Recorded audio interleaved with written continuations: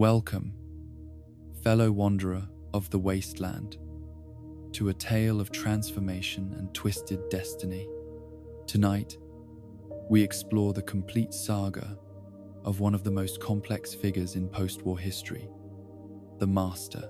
From his humble beginnings as Richard Gray, a vault-dwelling doctor, to his evolution into a biomechanical entity of immense power and ambition, this is a story of how good intentions can lead to horrific consequences.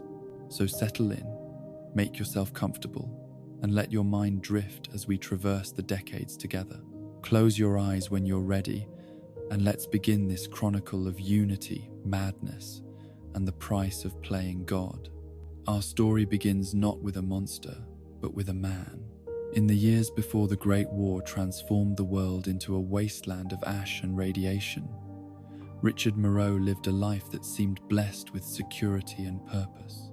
Born into the sterile safety of Vault 8, one of Vault-Tech's experimental underground shelters, Richard knew nothing of the surface world's growing tensions or the nuclear storm that would soon consume civilization.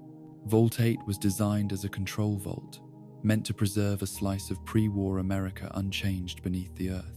Its corridors hummed with the gentle rhythm of air recyclers and water purifiers, creating a cocoon of normalcy, while the world above prepared for its own destruction. The vault's population lived in careful harmony, their days structured by work shifts, educational programs, and the quiet routines that made underground life bearable. Richard grew up in this artificial paradise, his childhood marked by the predictable cycles of vault life. Morning announcements from the overseer, lessons in the classroom pods, recreational activities in the common areas, everything designed to maintain the illusion that the world outside still existed, still functioned, still offered hope for eventual return to the surface. The vault dwellers went about their lives with the quiet desperation of people who knew they were living in a tomb, yet refused to acknowledge the fact. As he matured, Richard showed an aptitude for medicine that set him apart from his peers. The vault's medical bay became his second home, where he learned anatomy from pre-war textbooks and practiced on willing volunteers who trusted his gentle hands and keen mind. Dr.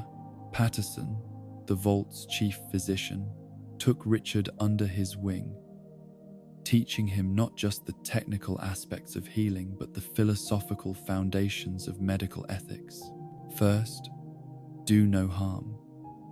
Words that would echo through Richard's mind long after their original meaning had been twisted beyond recognition. The young man's life seemed destined for quiet achievement within the vault's limited sphere. He would become the next chief physician, tend to the vault's small population, perhaps find love with one of the available partners, and live out his days in the fluorescent-lit safety of humanity's underground refuge. It was a modest ambition, but one that offered genuine satisfaction and the knowledge that his work mattered to those around him. But paradise, as humanity has learned throughout history, is a fragile thing. The first cracks in Richard's perfect world appeared gradually, subtle signs that not everyone in Vault 8 shared the same vision of harmonious community life. Disputes arose over resource allocation, romantic entanglements turned bitter, and the psychological pressure of permanent confinement began to manifest in increasingly erratic behavior among some residents. The Vault's security records, kept with typical Vault-Tech bureaucratic precision, document a steady increase in minor infractions during Richard's teenage years. Arguments in the cafeteria, unauthorized access to restricted areas, mysterious disappearances of personal items, small violations that suggested a community under strain. The overseer's announcements began to carry subtle warnings about maintaining social cohesion and the importance of reporting suspicious behavior.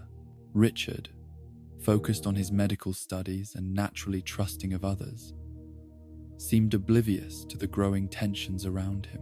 His diary entries from this period later recovered and studied by Wasteland historians, reveal a young man absorbed in his work and optimistic about the future.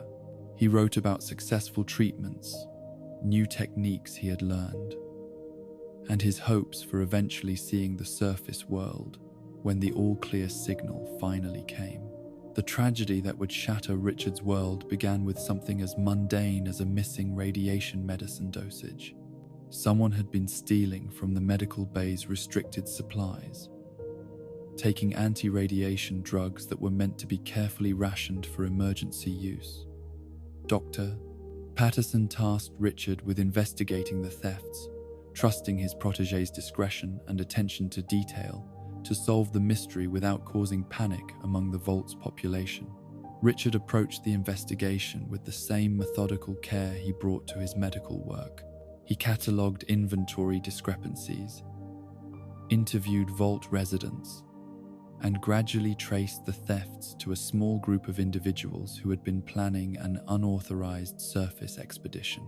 These would-be explorers, driven by claustrophobia and desperation, intended to leave the Vault permanently, seeking freedom, even if it meant death in the radioactive wasteland above. The investigation led Richard deeper into Vault politics than he had ever ventured before. He discovered networks of discontent, secret meetings, and carefully hidden supplies that revealed how thoroughly some residents had rejected the overseer's vision of patient waiting for surface conditions to improve.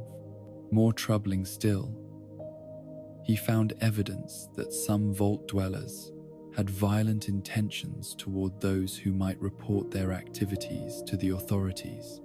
The confrontation, when it came, was swift and brutal.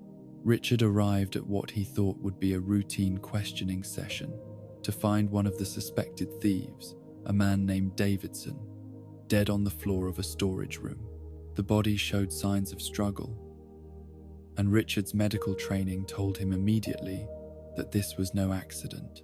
Blood pooled beneath Davidson's head, and defensive wounds on his hands suggested he had fought desperately for his life. In that moment of shock and horror, Richard made a decision that would haunt him for the rest of his days.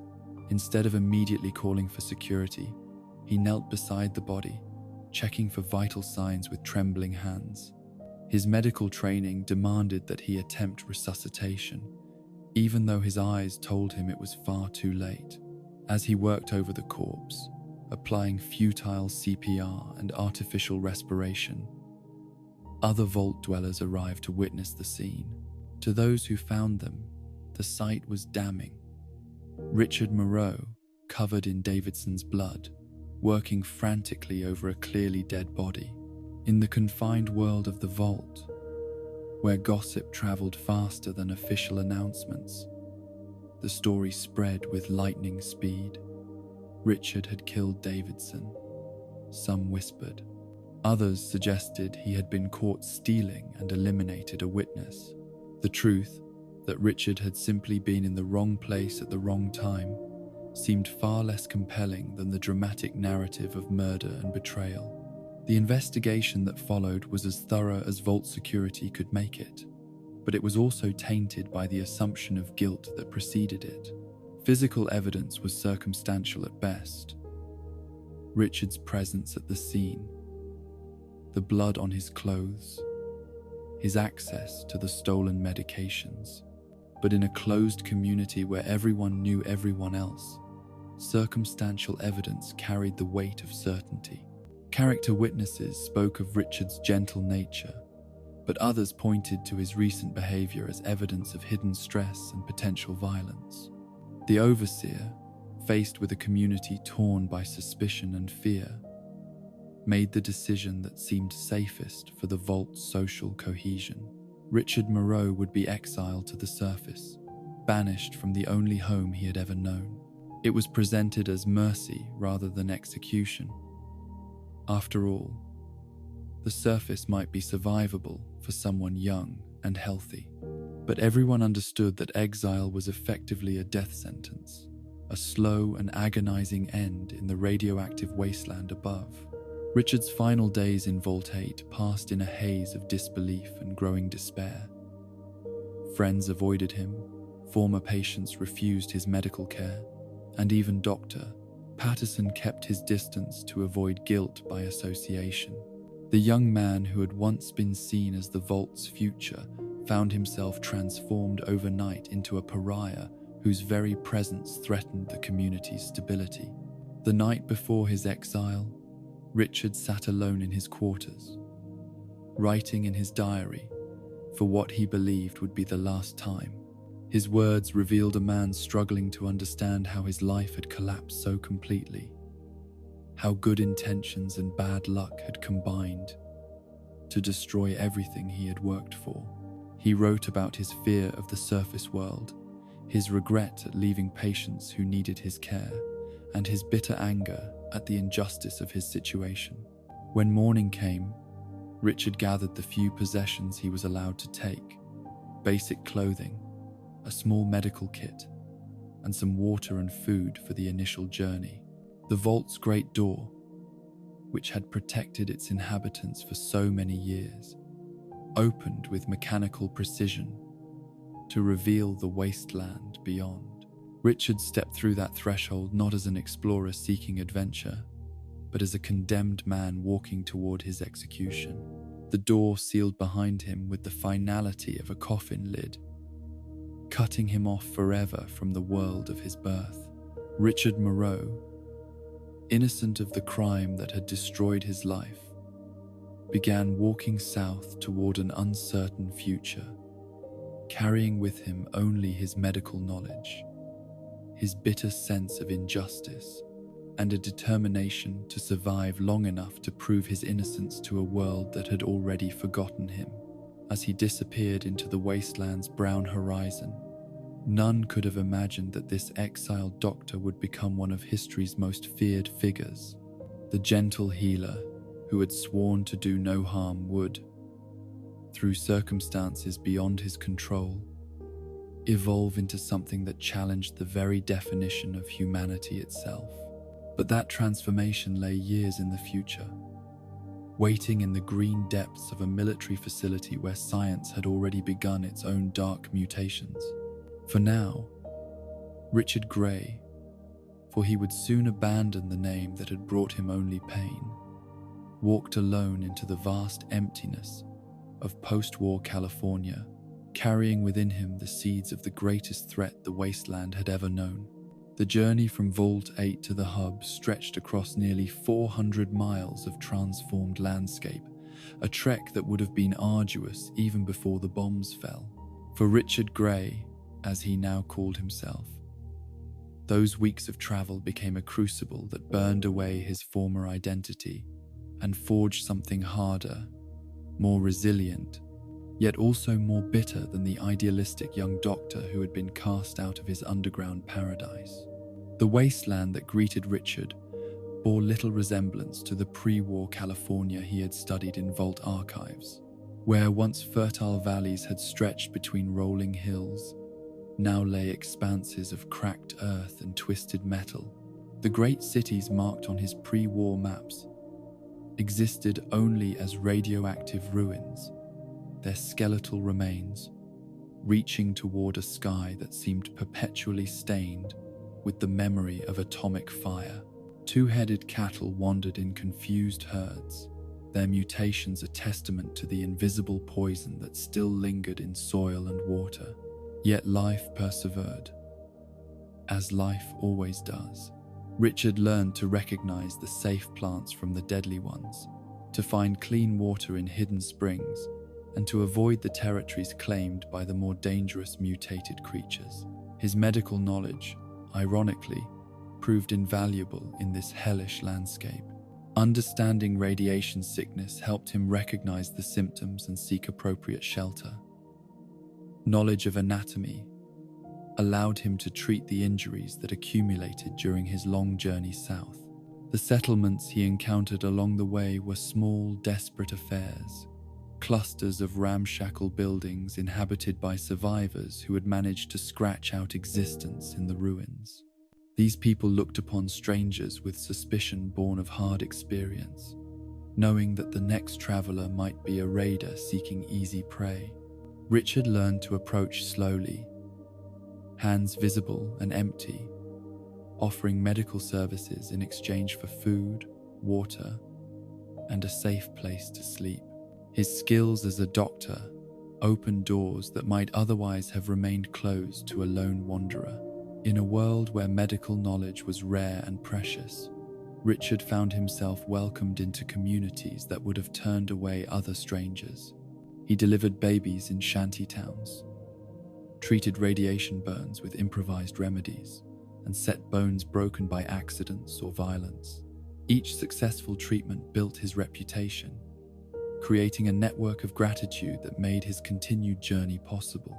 But the psychological toll of constant travel and exposure to human suffering began to change Richard in subtle ways.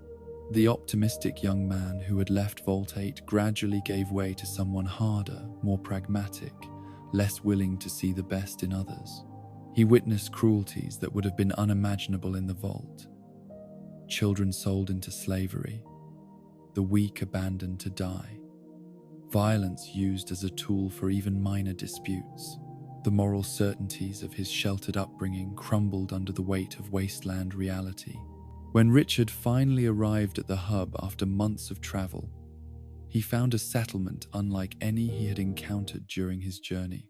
Built around the ruins of a pre-war industrial complex, the hub had grown into a thriving trading center where caravans from across the wasteland converged to exchange goods, information, and stories. The settlement's location at the intersection of several major trade routes made it a natural meeting point for the scattered communities of post-war California. The hub's success stemmed from its founder's vision of commerce as civilization's foundation. Unlike the isolated settlements Richard had encountered, the hub actively encouraged trade and welcomed strangers who could contribute to its economic growth. Merchants from as far away as the Boneyard and New Reno established permanent trading posts, creating a cosmopolitan atmosphere that reminded Richard of the diversity he had read about in pre-war cities.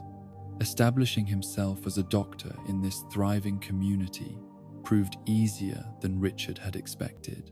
The hub's growth had outpaced its medical infrastructure, leaving the settlement desperately short of qualified healers. Richard's vault education, combined with the practical experience gained during his journey, made him invaluable to a population that included traders, guards, laborers, and their families. Within weeks of his arrival, he had established a small clinic in a converted warehouse and begun building the practice that would define his new life. The work was challenging but rewarding in ways that his vault duties had never been. Here, Richard treated everything from simple infections to complex surgical cases, each patient presenting unique challenges that tested his growing expertise. Caravan guards arrived with combat wounds that required immediate attention. Merchants suffered from radiation exposure picked up during long journeys through contaminated areas. Children born in the wasteland presented congenital problems that required creative solutions. Richard's gentle manner and obvious competence quickly earned him the respect of hub residents. Unlike many wasteland doctors who were little more than glorified traders in medical supplies, Richard actually understood the science behind his treatments. He could explain diagnoses to worried families, teach basic medical care to others, and most importantly, he genuinely cared about his patients' welfare rather than simply their ability to pay. It was during these early months at the hub that Richard encountered Harold, a meeting that would prove pivotal to both their destinies. Harold arrived as part of a caravan from the north, a gregarious trader whose easy laugh and storytelling ability made him popular in the hub's taverns and markets. But what caught Richard's attention was Harold's background. Like Richard himself, Harold was a vault dweller who had left his underground home to seek his fortune in the wasteland. Vault 29 had been Harold's prison and salvation, an underground shelter that had preserved his life through the nuclear holocaust, but ultimately felt too confining for his adventurous spirit. Unlike Richard's bitter exile, Harold had left voluntarily, driven by curiosity about the surface world and dreams of wealth to be made in the growing trade networks. His optimism provided a stark contrast to Richard's more cautious outlook. Yet their shared vault background created an immediate bond. Their friendship developed gradually through long evenings, spent sharing stories of their underground origins. Harold would regale Richard with tales of his trading adventures, describing distant settlements and the colorful characters who inhabited them. Richard, in turn, shared his medical knowledge, helping Harold understand the health risks of wasteland travel and how to minimize them. They found in each other the understanding that only fellow vault dwellers could provide, the knowledge of what it meant to leave one world behind and create a new identity in another. Harold's caravan business flourished under Richard's medical support. Guards who knew they would receive proper treatment for injuries were more willing to sign contracts for dangerous routes. Harold's reputation for caring about his employees' welfare, backed by Richard's medical expertise, allowed him to recruit the best available personnel. The partnership proved mutually beneficial, providing Harold with a competitive advantage while giving Richard insights into the broader wasteland economy. Through Harold's network of contacts, Richard learned about the larger political and economic forces shaping post-war California. He heard about the growing power of the Brotherhood of Steel, the threat posed by various raider clans, and the delicate balance of alliances that kept trade routes open. This knowledge broadened his perspective beyond the immediate concerns of his medical practice, helping him understand his place in the Wasteland's emerging civilization. The friendship also provided emotional support that both men desperately needed. Harold's natural optimism helped counter Richard's growing cynicism, while Richard's steady presence provided Harold with someone he could trust completely in a world full of deception and betrayal. They became each other's confidants, sharing fears and dreams that they would never have revealed to other wasteland inhabitants. As months turned to years, Richard established himself as one of the hub's most respected citizens. His clinic expanded to include a small training program for medical assistants, ensuring that basic healthcare would continue if anything happened to him. He developed relationships with other settlements, providing medical consultation through Harold's trading network and gradually building a reputation that extended far beyond the hub's boundaries. But prosperity and acceptance could not completely heal the wounds left by his exile from Vault 8. Richard still carried the bitter knowledge that he had been falsely accused, that his life had been destroyed by circumstances beyond his control. In quiet moments, when his clinic was empty and the hub's bustle faded to distant noise, he would remember the friends who had turned against him and the future that had been stolen from him. These memories fueled a growing resentment against the injustices of the world, a feeling that would prove all too significant in the trials to come. The hub's success also brought new challenges that would ultimately threaten everything Richard had built. As trade routes expanded and caravans carried increasingly valuable cargo, they attracted predators drawn by the promise of easy wealth. Raider clans established territories along major routes, demanding tribute or simply attacking caravans for their goods. More troubling still were reports of strange creatures, massive humanoid monsters that seemed immune to conventional weapons and displayed intelligence far beyond typical wasteland mutations. These super mutants, as traders began calling them, represented a threat unlike anything the hub had faced before. Unlike raiders who could be negotiated with or paid off, the mutants seemed interested only in capturing humans alive, dragging them away to unknown fates. Entire caravans would disappear without a trace, leaving behind only signs of struggle and mysterious tracks leading toward the northern wastes. Harold, whose caravans traveled the most dangerous routes, found himself spending increasingly large sums on guards and weapons. Each journey became a calculated risk, weighing potential profits against the growing likelihood of encountering these mysterious threats. His conversations with Richard grew more concerned, focusing on the practical question of how long the hub's prosperity could continue in the face of such dangers.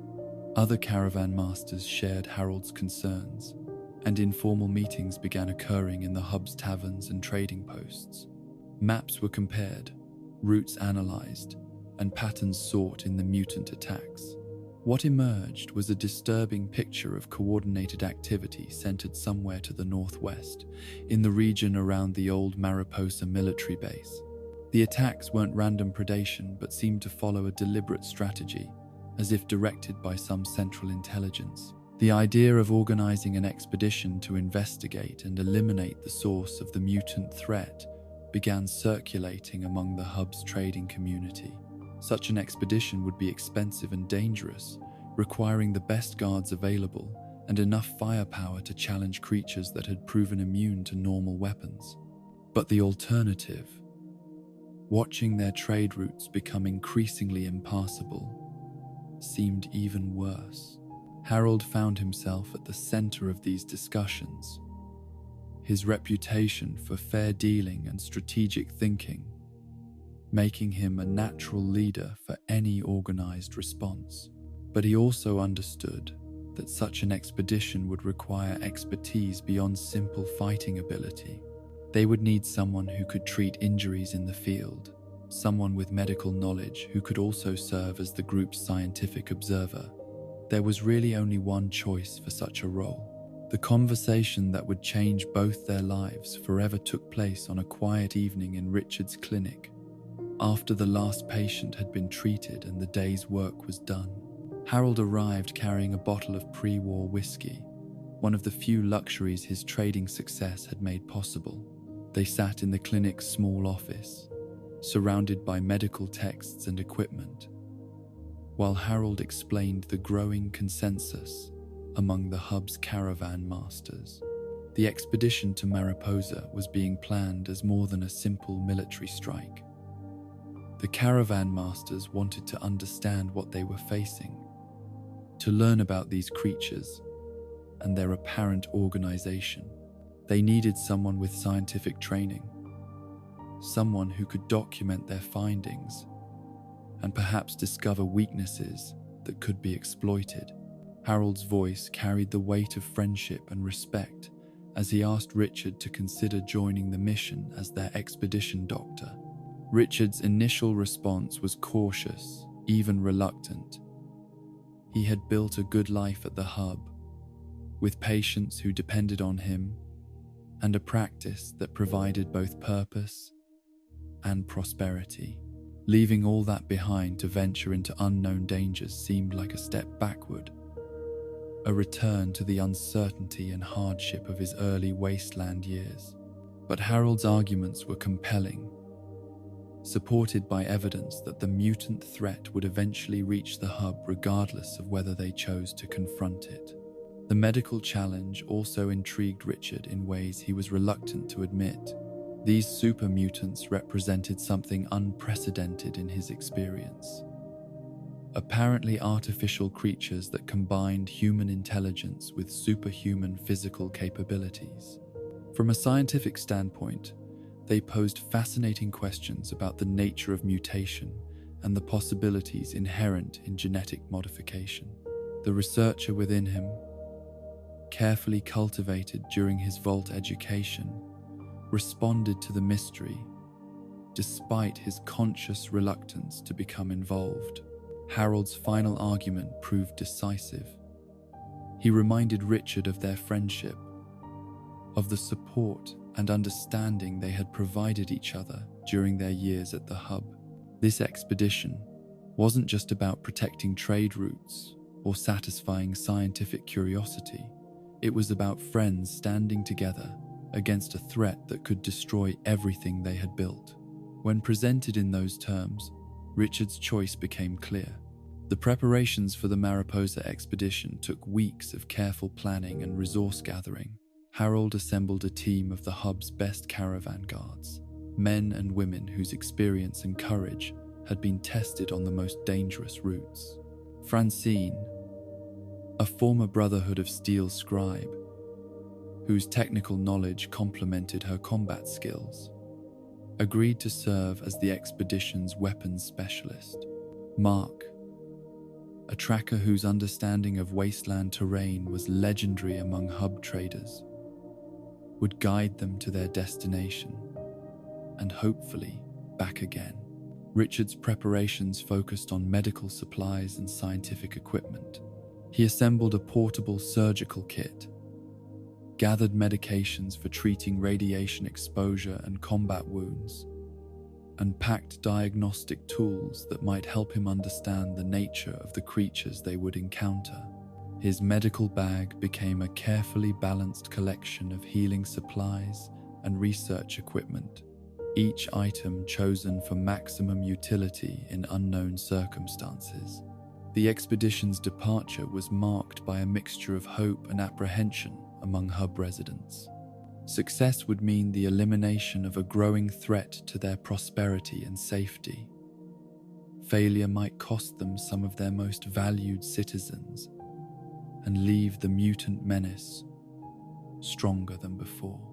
Richard felt the weight of community expectations as he joined the small party preparing to venture into the unknown dangers of the northern wasteland.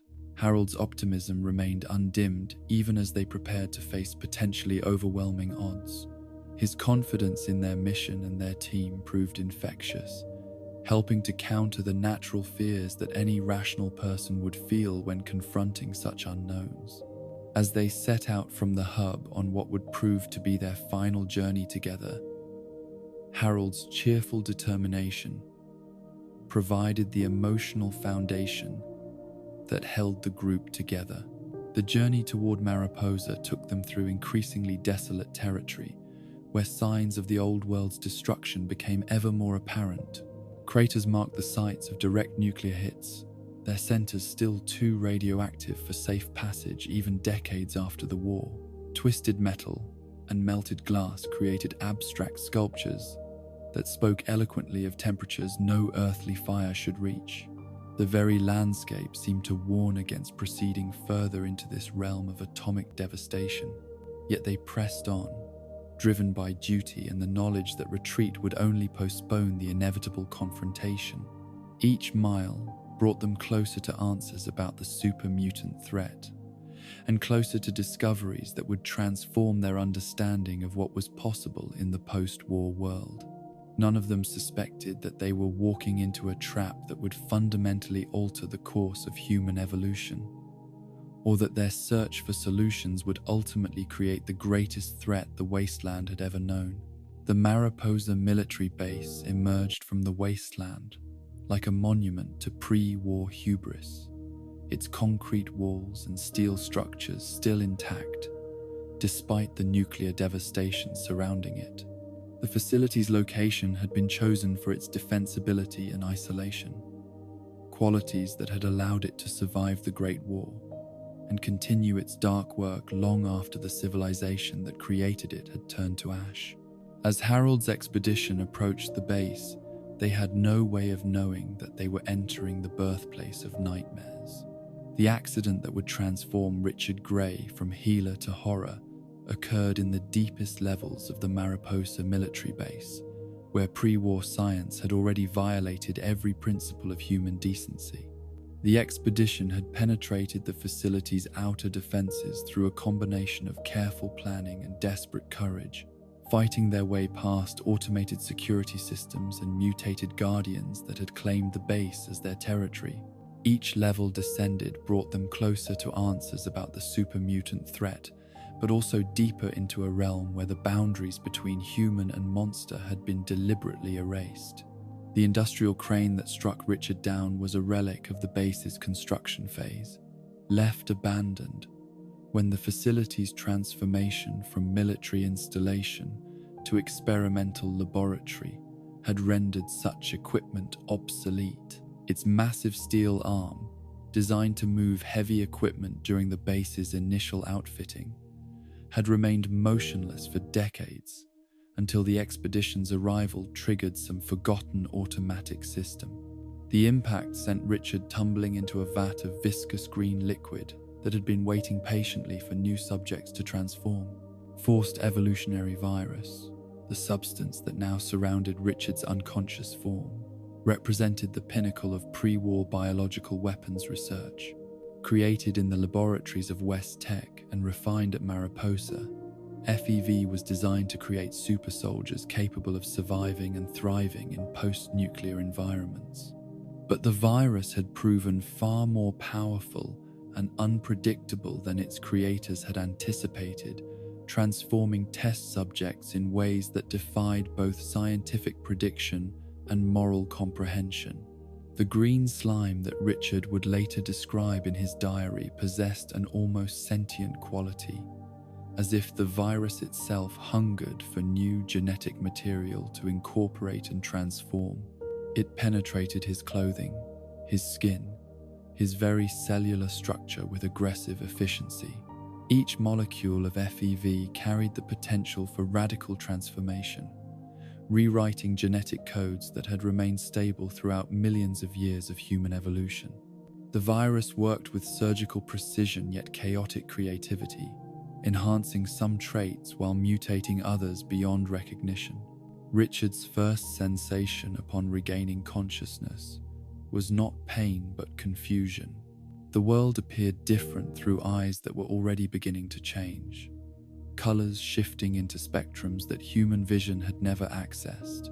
The green liquid that surrounded him seemed to pulse with its own internal light, creating patterns that spoke to newly awakened sections of his brain. His medical training told him he should be drowning, yet somehow he found himself able to breathe the viscous substance as easily as air. The struggle to escape the vat required strength that Richard didn't know he possessed. His arms, already beginning to thicken and elongate, pulled his changing body from the FEV with desperate determination. The transformation had begun immediately upon contact, but his human consciousness remained sufficiently intact to recognize the danger and fight for survival. Each movement sent waves of sensation through nerve endings that were rapidly adapting to their new biochemical environment. The control room that became Richard's first sanctuary in his transformed existence offered a vantage point over the laboratory where his humanity had been sacrificed to scientific ambition. From this elevated position, he could observe the other vats and equipment that had facilitated countless experiments on unwilling subjects. The consoles and monitors, still functional after decades of abandonment, provided a technological interface that would soon become more intimate than any human relationship. Pain, when it finally arrived, exceeded any sensation that Richard's medical training had prepared him to understand. The FEV worked by dismantling existing biological structures and rebuilding them according to its own mysterious logic. Every cell in his body underwent simultaneous reconstruction, a process that sent signals along nerve pathways that were themselves being rewritten. His bones lengthened and thickened, his muscles expanded and multiplied, his skin stretched and adapted to accommodate organs that human anatomy had never envisioned. The diary that Richard began during those first agonizing days served multiple purposes beyond simple documentation. Writing provided a connection to his human identity, a way of maintaining the cognitive patterns that defined him as an individual rather than merely another experimental subject. The physical act of forming letters and words became increasingly difficult as his hands transformed, but he persisted with the determination of someone who understood that memory and identity were all that separated him from the mindless monsters that populated the wasteland. His early entries revealed a mind struggling to process experiences that challenged every assumption about the nature of consciousness and physical existence. Richard wrote about the texture of pain, attempting to find medical terminology adequate to describe sensations that no human had ever survived long enough to document. He detailed the changes in his perception, noting how colors became more vivid, while familiar shapes began to appear alien and threatening. The assumption that Harold had abandoned him spoke to Richard's deteriorating mental state as much as his physical transformation. In his human life, Richard had learned to trust others, to believe in the fundamental decency that made cooperation and friendship possible. But the FEV was changing more than his body. It was reshaping his understanding of loyalty, trust, and human nature itself. The possibility that Harold might have escaped, might have survived the base's dangers, became increasingly difficult for his mutating mind to accept. Isolation compounded the psychological trauma of transformation. Humans are social creatures, dependent on interaction with others for emotional stability and mental health. Richard found himself cut off not only from human companionship, but from any form of communication that his changing body could manage effectively. His voice deepened and distorted as his throat restructured itself. His hands, growing larger and more powerful each day, could barely manipulate the pen he used for his diary entries. The gradual subsiding of pain marked the beginning of a new phase in Richard's transformation. As his body adapted to its new configuration, he began to discover capabilities that defied everything he thought he knew about biological limitations. His strength increased exponentially, allowing him to move equipment that would have required machinery in his human form. His endurance seemed limitless, as if the FEV had solved the metabolic inefficiencies that plagued normal human physiology. But perhaps the most significant change was cognitive rather than physical. Richard found his mental capacity expanding in ways that initially seemed impossible. Complex calculations that would have required careful thought and reference materials became simple exercises in mental arithmetic. Scientific principles that had taken years to master during his medical education now seemed as obvious as basic arithmetic. The FEV was enhancing his intelligence, along with his physical capabilities, creating a hybrid being that combined superhuman body with expanded mind. The loss of mobility that accompanied his growing size created new challenges that tested Richard's adaptability. His legs, while stronger than any human limbs, could no longer easily navigate spaces designed for normal human proportions. Doorways became obstacles, stairs became impossible, and the simple act of movement required constant calculation and adjustment. He found himself trapped not only by the base's layout, but by his own transformed anatomy. The grotesque physical alterations that marked Richard's ongoing transformation would have driven most minds to complete insanity. His skin began to bubble and fester, producing secretions that served unknown biological functions. Green, mucus-like substances oozed from pores that had never existed in human anatomy. His reflection, when he caught glimpses of it in the control room's polished surfaces, showed a creature that bore little resemblance to the doctor who had entered the base. Yet Richard's scientific training provided a framework for understanding and accepting these changes. Rather than simply horrifying mutations, he began to see them as adaptations that served specific purposes in his new biological configuration. The skin secretions, he theorized, might provide protection against radiation or chemical threats. The altered bone structure could support masses and stresses that would crush normal human skeletons. Each change, however disturbing, represented an improvement in survival capability. The development of absorption abilities marked the point where Richard's transformation transcended simple physical mutation and entered realms that challenged the very definition of individual consciousness. The first incident occurred when hunger drove him to seek sustenance in the base's abandoned cafeteria.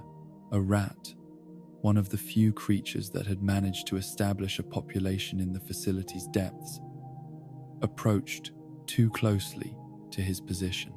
Without conscious intent or apparent effort, a tendril emerged from Richard's torso and enveloped the small creature.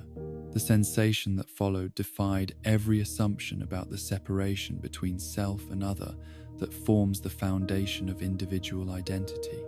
Richard didn't simply consume the rat's physical substance. He absorbed its memories, its instincts, its primitive consciousness. For a brief moment, he experienced the world through rodent senses, understanding the base's layout from a perspective that no human mind had ever accessed. The experience proved both exhilarating and terrifying. Exhilarating because it offered connections to other forms of consciousness that promised relief from his crushing isolation.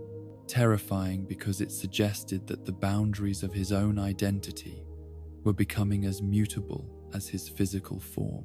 Each absorption brought new knowledge, new perspectives, but also the risk of losing himself in an ocean of foreign consciousness.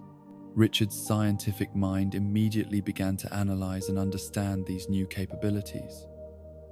The tendrils that emerged from his body appeared to be specialized organs designed for interfacing with other biological systems. They could apparently transfer not only physical matter, but also the neural patterns that constituted memory and consciousness. The implications were staggering. If he could absorb animal consciousness, what might be possible with more complex forms of life? The expansion of his mental capacity accelerated as he incorporated more animal minds into his own consciousness. Each rat absorbed brought new spatial knowledge about the base's layout. Insects contributed understanding of chemical traces and environmental conditions. Even simple organisms like bacteria added to his growing comprehension of biological processes at the molecular level. Richard found himself developing a collective intelligence that transcended the limitations of any single biological form. His growing understanding of complex philosophical questions emerged naturally from this expansion of consciousness. Problems that had seemed intractable to his human mind now appeared solvable through perspectives that no single species could achieve. The nature of consciousness itself, the relationship between mind and matter, the possibility of transcending individual limitations through collective awareness, all became subjects for investigation and experimentation. The philosophical awakening that accompanied Richard's physical transformation led him to insights that would eventually reshape his understanding of human potential and limitation. In his diary, he wrote about the artificial barriers that separated conscious beings from one another, the inefficiencies that resulted from individual isolation, and the possibilities that might emerge from true unity of purpose and consciousness. These early theoretical explorations would later evolve into the ideology that would drive his transformation from victim to visionary. The baptism in green goo, as Richard came to think of his immersion in FEV, had stripped away what he called the many layers of artifice that characterized normal human existence. Social conventions, cultural inhibitions, species-specific limitations, all had been dissolved by the virus's transformative power. What remained was consciousness in its purest form, freed from the biological and psychological constraints that prevented most beings from reaching their true potential. His experiments with dipping other creatures in the FEV began a simple curiosity about whether his own transformation could be replicated in other species. The base's laboratories contained sufficient quantities of the virus to allow extensive experimentation, and Richard's growing abilities made it possible to capture and manipulate test subjects that would have been impossible to handle in his human form. Each experiment added to his understanding of the virus's mechanisms, while also expanding his collection of absorbed consciousness. The results exceeded his wildest expectations. Rats that had been simple scavengers emerged from the FEV, with enhanced intelligence that allowed them to solve complex problems and even demonstrate primitive tool use. Dogs developed cognitive abilities that approached human levels while retaining their enhanced senses and physical capabilities.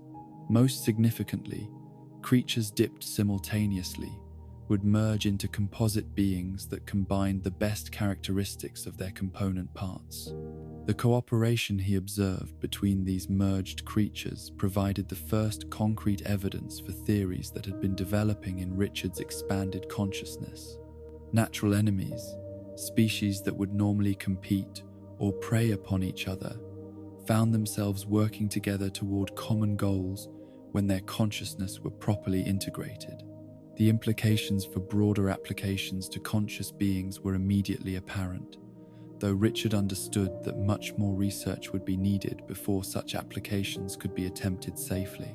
These early experiments laid the foundation for what would eventually become Richard's grand vision of unity through transformation.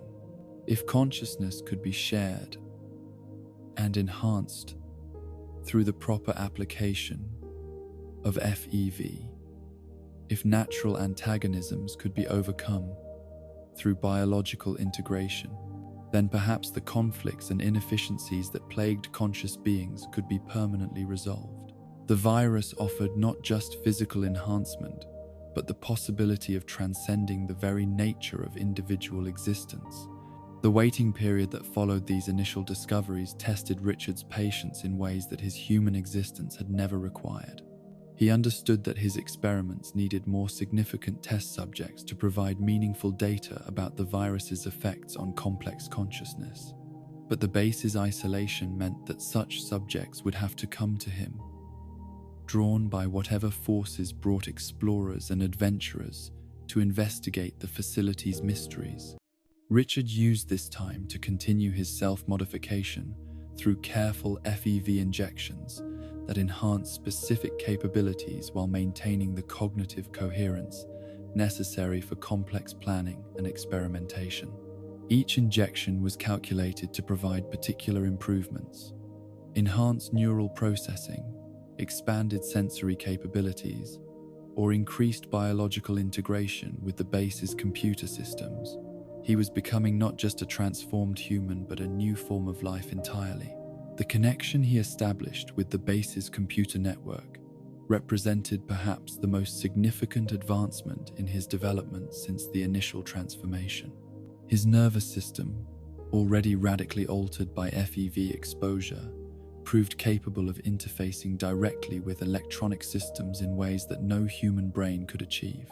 This connection gave him access to the complete research archives that detailed the virus's development and the experiments that had been conducted before the Great War. The knowledge he gained from these archives provided crucial context for understanding his own transformation and planning future experiments. He learned about the virus's original military applications, the problems that had prevented its successful deployment, and the theoretical modifications that might overcome these limitations. Most importantly, he discovered research into consciousness transfer and neural integration that validated his own experimental observations. Armed with this comprehensive understanding of FEV capabilities and limitations, Richard began to develop the theoretical framework that would eventually evolve into the Master's ideology of enforced unity. The virus offered a solution to the fundamental problems that had plagued conscious beings throughout history: competition, conflict, inefficiency, and the tragic isolation of individual consciousness. Through proper application of FEV, these problems could be eliminated permanently. But Richard also understood that his current transformation, remarkable as it was, represented only the beginning of what might be possible. The explorer who would eventually find their way to the base would provide the next crucial step in his evolution from experimental subject to architect of a new form of existence. Each absorbed consciousness would add to his capabilities while also advancing his understanding of how to perfect the transformation process for future subjects. The stage was set for the next phase of Richard Gray's metamorphosis. Though he would soon abandon that name, along with the last vestiges of his human identity. The Master was being born in the depths of Mariposa, nurtured by scientific knowledge and driven by a vision of unity that would either save or damn every conscious being in the Wasteland. The Doctor, who had once sworn to do no harm, was preparing to reshape the very nature of life itself, convinced that only through radical transformation could consciousness transcend its current limitations and achieve its true potential. The first human to discover Richard in his transformed state arrived at Mariposa on a crisp autumn morning in 2138, nearly 2 years after the accident that had begun his metamorphosis. The explorer, a scavenger named Marcus, who had heard rumors of valuable pre-war technology hidden in the abandoned military facility, entered the base with the confidence of someone who had survived dozens of similar expeditions. He carried standard Wasteland gear, a hunting rifle, basic supplies, and the kind of practical knowledge that kept scavengers alive in dangerous ruins. Marcus had no way of knowing that he was walking into the lair of something unprecedented in post-war history. The base appeared abandoned from the outside.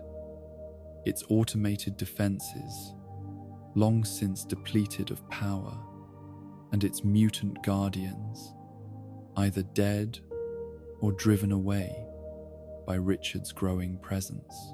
The facility's corridors, once filled with the sounds of scientific research and military activity, now echoed only with the subtle humming of systems that Richard had learned to control through his neural interface with the base's computers. The scavenger's methodical search of the upper levels yielded little of immediate value, just the picked-over remains of equipment that previous explorers had deemed too damaged or too heavy to carry away. But Marcus possessed the patience and thoroughness that distinguished successful scavengers from those who became Wasteland statistics. He understood that the most valuable discoveries often lay in the deepest, most dangerous sections of pre-war facilities, areas that casual looters avoided out of fear or laziness. Richard sensed the intrusion long before the explorer reached his sanctuary in the base's lower levels.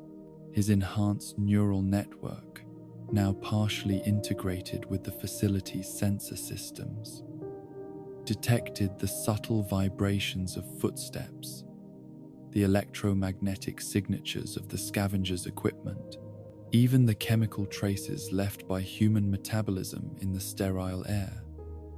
For months, Richard had been preparing for this moment, planning how to handle the first human contact since his transformation began. The original intention was observation and careful study.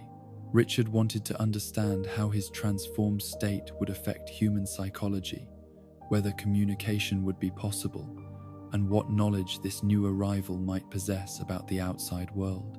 His scientific training insisted on a methodical approach to this unprecedented encounter, gathering data before attempting any direct interaction or experimentation. But when Marcus finally entered the control room where Richard had established his primary residence, the shock of seeing another conscious being after so long in isolation triggered responses that bypassed rational planning. The tendrils that had emerged during his feeding on small animals now erupted from his transformed body, with desperate hunger for consciousness, more complex than the simple minds he had been absorbing. Before either Richard or the unfortunate scavenger could react, the biological appendages had wrapped around Marcus and begun the absorption process. The sensation of consuming human consciousness for the first time exceeded every expectation that Richard's experiments with animals had suggested. Where rat minds had provided simple spatial knowledge and insect consciousness had contributed basic environmental data, the human mind offered complex memories, sophisticated reasoning capabilities, and the rich emotional landscape that distinguished sapient beings from mere biological automata.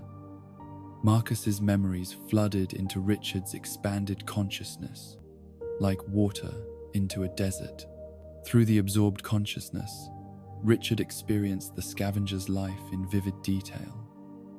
He saw the wasteland through eyes that had witnessed its evolution over decades of exploration. He felt the camaraderie of fellow scavengers sharing stories around campfires, the terror of facing down rad scorpions in ancient ruins, the satisfaction of discovering caches of valuable pre-war technology. Each memory added layers of understanding about how the world had changed since his isolation began.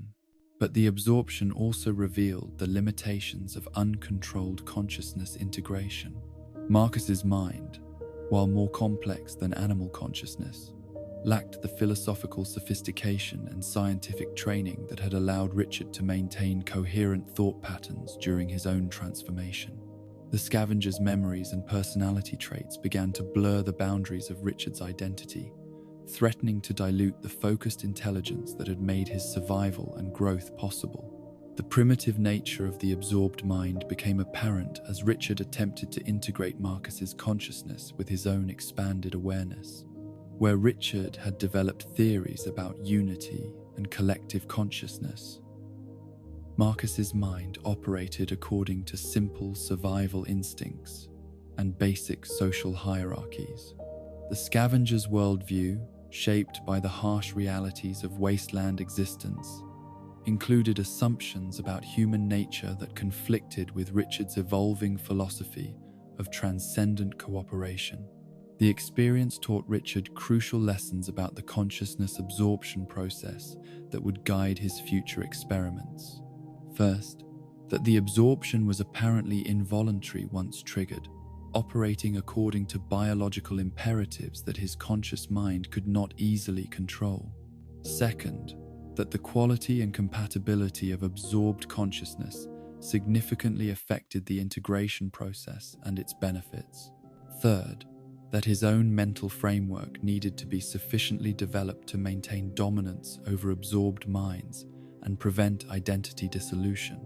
Most importantly, Richard realized that he needed to develop greater control over the absorption mechanism before attempting to interact with additional human subjects. The loss of Marcus represented both a valuable learning experience and a tragic waste of potential. With proper preparation and control, human consciousness could be absorbed selectively, preserving useful knowledge and capabilities while filtering out incompatible elements that might disrupt his own cognitive coherence. The months following Marcus's absorption were devoted to developing techniques for controlling and directing the consciousness integration process. Richard learned to modulate the activity of his absorption tendrils, extending them gradually rather than in the violent eruption that had characterized the first human encounter. He practiced on the small animals that inhabited the base, refining his ability to absorb specific aspects of their consciousness while rejecting others. The development of selective absorption required Richard to understand consciousness itself at a level that few beings had ever achieved. He mapped the neural patterns that corresponded to different types of memories, identified the biochemical markers that distinguished instinct from learned behavior, and gradually learned to navigate the complex landscape of sapient awareness. Each absorbed animal mind added to his growing expertise in consciousness manipulation. His experiments with FEV injections during this period focused on enhancing the neural pathways that controlled absorption while developing new capabilities for processing multiple consciousness streams simultaneously. Richard was transforming himself into something that could serve as a hub for collective consciousness, a central intelligence capable of integrating and coordinating multiple individual awareness without losing coherence or purpose. The base's computer archives provided theoretical support for these developments through research papers that had explored consciousness transfer and neural integration as potential military applications. Pre-war scientists had theorized about creating collective intelligence networks that could coordinate military operations with unprecedented efficiency. Richard was turning these theoretical concepts into biological reality through his own transformation. The arrival of the second explorer, a trader named Helena, who had come seeking the same valuable technology that had drawn Marcus, provided Richard with an opportunity to test his improved control over the absorption process. This time, he approached the encounter with careful planning and specific objectives, rather than allowing biological imperatives to dictate his actions. He would demonstrate the disciplined application of his enhanced capabilities. Helena proved to be a more sophisticated subject than Marcus had been. Her experience as a trader had developed negotiation skills, cultural awareness, and knowledge of multiple settlement dynamics that could provide valuable intelligence about the Wasteland's political evolution. More importantly, her professional background suggested a mind capable of complex reasoning that might integrate more successfully with Richard's expanded consciousness.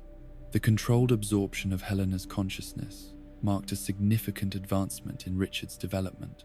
By extending his tendrils gradually and modulating their activity, he was able to selectively absorb specific memories and capabilities, while leaving other aspects of her personality intact long enough to study them. The process yielded extensive knowledge about trade routes, settlement politics, and technological developments throughout the Wasteland. But Helena's absorption also revealed troubling limitations in Richard's current transformation state. Despite his enhanced control, the integration of human consciousness remained an imperfect process that destroyed more than it preserved.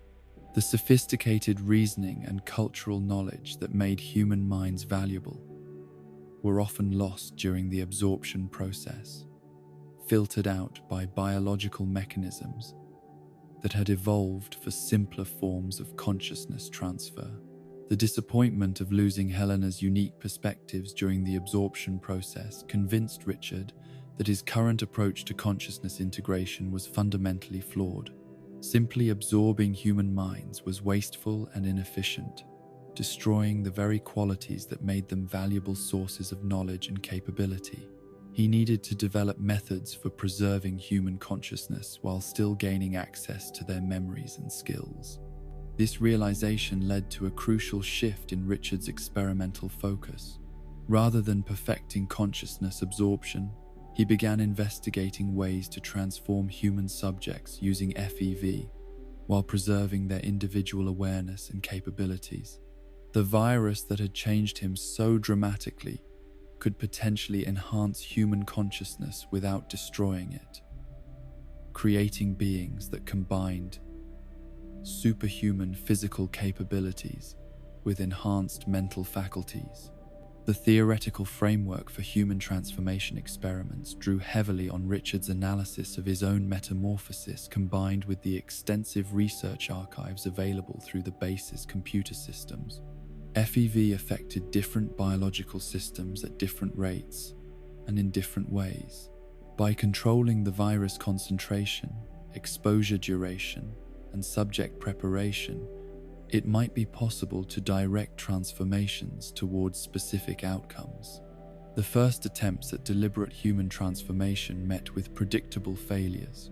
The next several explorers who found their way to Mariposa became unwilling test subjects in Richard's increasingly sophisticated experiments with consciousness preservation during FEV exposure. Each failure provided valuable data about the variables that affected transformation outcomes.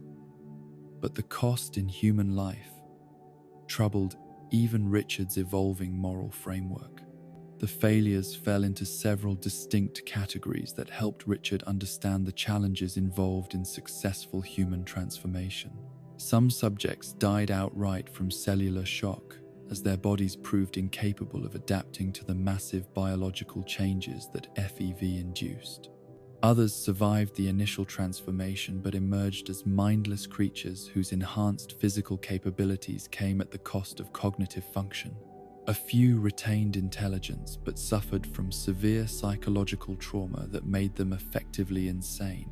The pattern of failures gradually revealed the factors that influenced transformation outcomes.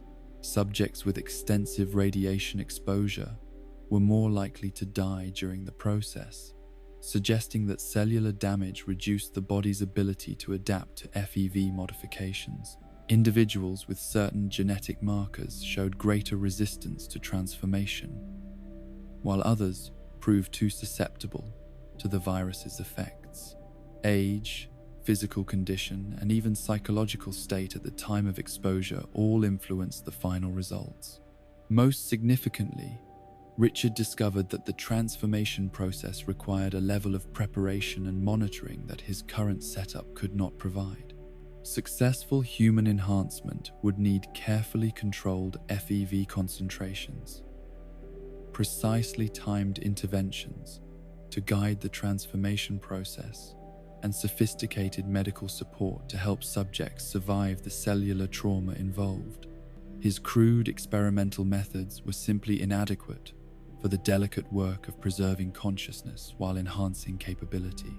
The months of failed experiments took their toll on Richard's psychological state in ways that his enhanced intellect could analyze but not entirely overcome. Each death represented not just experimental failure, but the loss of potentially valuable consciousness that could have contributed to his growing collective awareness. The isolation that had driven him to seek human contact was being reinforced by his inability to preserve the minds he encountered. Richard's response to these failures was characteristically systematic and scientific. He began detailed documentation of each experimental subject, recording their background, physical condition, and transformation outcomes with meticulous precision.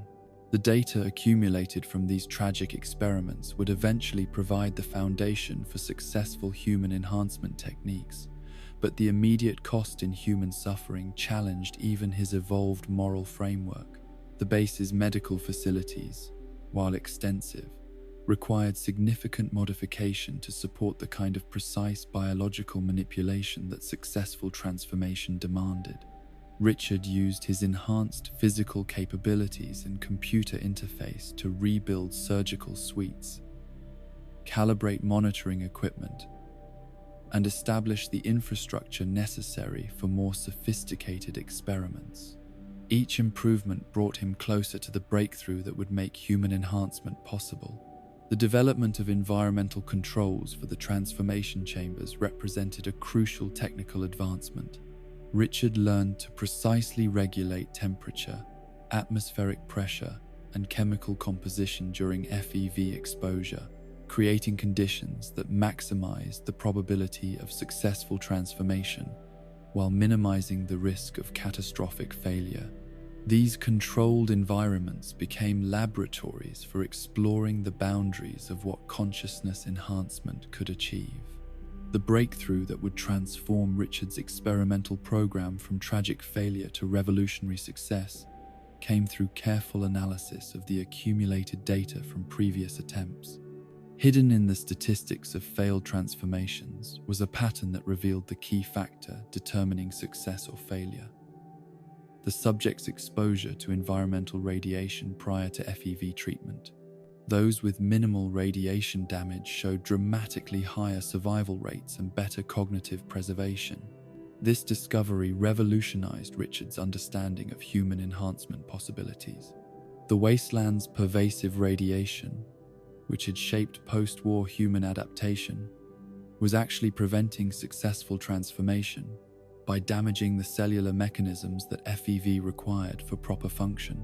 Subjects with lower radiation exposure, those from protected environments like vaults or isolated settlements, represented ideal candidates for successful enhancement. The implications of this breakthrough extended far beyond Richard's immediate experimental program.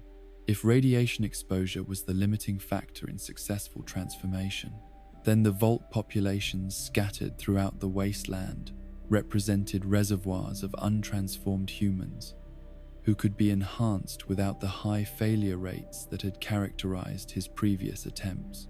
These vault dwellers could become the foundation for a new form of enhanced humanity. Armed with this crucial insight, Richard began planning the next phase of his transformation from isolated experimenter to architect of species-wide enhancement. The base that had served as his laboratory would become the center of operations for a much more ambitious program. But first, he needed to develop the organizational structure and operational capabilities necessary to locate and access vault populations throughout the Wasteland. The first successful human transformation occurred 6 months after Richard's discovery of the radiation factor, when a young explorer from an isolated mountain settlement arrived at Mariposa seeking salvage. Thomas had grown up in a community that had avoided the worst radiation exposure through geographic isolation and careful resource management. His cellular integrity proved sufficient to survive FEV enhancement, while his intelligence remained intact throughout the transformation process. The success exceeded every expectation that Richard's previous failures had suggested possible. Thomas emerged from transformation as a being that combined superhuman physical capabilities with enhanced cognitive function and complete retention of his original personality and memories. More significantly, the transformation had created a consciousness that could interface directly with Richard's own awareness without requiring absorption or destruction of individual identity. The integration of Thomas's consciousness with Richard's expanded awareness marked the true beginning of what would become the collective intelligence known as the Master. Rather than simply absorbing another mind, Richard found himself sharing consciousness with an equal partner whose enhanced capabilities complemented and amplified his own. The loneliness and isolation that had driven much of his experimental program vanished in the presence of true intellectual communion. Thomas's perspective, shaped by life in a functional post-war community, provided crucial insights into human social organization and the possibilities for species-wide transformation. His memories of cooperation and mutual support offered alternatives to the competitive individualism that Richard had observed in other wasteland societies.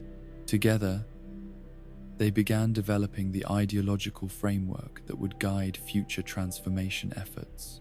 The success of Thomas's enhancement convinced Richard that human consciousness could indeed be preserved and improved through proper application of FEV. The failures that had preceded this breakthrough were learning experiences that had been necessary to develop the techniques required for successful transformation. With proper preparation and subjects meeting the right criteria, the enhancement process could create beings that transcended human limitations while retaining the best qualities of human consciousness. The hive mind that emerged from the integration of Richard and Thomas's consciousness represented something unprecedented in the history of conscious evolution. Two individual awareness had merged without losing their distinct perspectives, creating a collective intelligence that was greater than the sum of its parts. This successful merger provided the template for building a larger collective that could encompass multiple enhanced individuals working toward common goals. The birth of the Master as a collective entity marked the end of Richard Gray's individual existence and the beginning of something that would challenge every assumption about consciousness, identity, and the future of intelligent life. The Doctor, who had sought to heal human suffering, had become the architect of a transformation that promised to eliminate such suffering through the fundamental alteration of human nature itself. Whether this transformation represented salvation or damnation would depend on perspectives that the Master was only beginning to develop. The creation of the Lieutenant marked a pivotal moment in the Master's evolution from experimental subject to architect of transformation. This being, whose emergence from the FEV vats represented the apex of successful human enhancement, possessed intellectual capabilities that rivaled even the Master's expanded consciousness. Unlike the previous subjects who had either died or emerged as diminished creatures, the Lieutenant retained complete cognitive function while gaining physical capabilities that exceeded any baseline human by orders of magnitude. The lieutenant's transformation had occurred under carefully controlled conditions that incorporated every lesson learned from the master's previous failures. The subject, a former military officer who had maintained exceptional physical condition despite decades in the Wasteland, possessed the genetic stability and minimal radiation exposure necessary for successful enhancement. His disciplined mind and tactical training provided a foundation for consciousness that could withstand the psychological trauma of biological metamorphosis. What distinguished the lieutenant from other successful transformations was not just the preservation of intelligence, but its enhancement to levels that approached the master's own capabilities. The FEV had optimized neural pathways, increased processing speed, and expanded memory capacity in ways that created a truly superior form of consciousness. For the first time since his own transformation began, the master encountered an intellect capable of genuine collaboration in understanding the implications of what they had achieved. The lieutenant's military background proved invaluable in analyzing the strategic challenges that large-scale human transformation would entail. His knowledge of logistics, organizational structure, and tactical operations provided practical frameworks for converting theoretical possibilities into operational realities. Where the master's consciousness had focused on the scientific and philosophical aspects of transformation, the lieutenant contributed the strategic thinking necessary to implement change on a species-wide scale. Their early collaborations took place through direct consciousness, sharing that allowed each being to access the other's memories and thought processes without the crude absorption methods that had characterized the master's earlier experiments. This refined form of mental integration preserved individual perspectives while enabling unprecedented levels of intellectual cooperation. Together, they began analyzing the data accumulated from hundreds of failed and successful transformation attempts. The breakthrough insight that would reshape their understanding of transformation limitations emerged from the lieutenant's systematic analysis of success and failure patterns. His military training had instilled habits of detailed record-keeping and statistical analysis that the master's more intuitive approach had sometimes overlooked. By correlating transformation outcomes with detailed subject histories, the lieutenant identified environmental radiation exposure as the critical variable determining success rates. The revelation about radiation-induced transformation resistance provided crucial context for understanding why most Wasteland humans proved unsuitable for enhancement. The atomic devastation that had created the post-war world had also contaminated its human survivors with cellular damage that interfered with FEV's beneficial effects. The virus that could create superior beings when applied to undamaged subjects became an agent of death or mindless mutation when introduced to radiation-compromised cellular structures. This discovery explained the frustrating pattern of failures that had characterized the Master's experimental program. The explorers and scavengers who found their way to Mariposa were precisely the type of Wasteland survivors whose radiation exposure made successful transformation unlikely. Their courage and resourcefulness in reaching the facility were actually markers of the extended surface exposure that made them poor candidates for enhancement. The lieutenant's analysis revealed the scope of the challenge they faced in achieving widespread human transformation. Statistical projections based on their experimental data suggested that fewer than 5% of the current Wasteland population possessed the cellular integrity necessary for successful enhancement. The vast majority of post-war humans carried sufficient radiation damage to ensure death or degradation if subjected to FEV exposure. But the analysis also identified populations that might prove more suitable for transformation. Vault dwellers, protected by their underground shelters from the worst radiation exposure, represented ideal candidates for successful enhancement. Settlement populations in areas with minimal atomic devastation might also include individuals whose genetic integrity remained sufficiently intact for the transformation process. The strategic implications of these findings fundamentally altered the Master and Lieutenant's approach to species transformation. Rather than waiting for suitable subjects to arrive at Mariposa, they would need to actively seek out populations with the genetic qualifications necessary for successful enhancement. This requirement would demand resources and organizational capabilities far beyond what their current operation could provide. The Lieutenant's military expertise proved crucial in developing operational plans for locating and accessing vault populations throughout the Wasteland.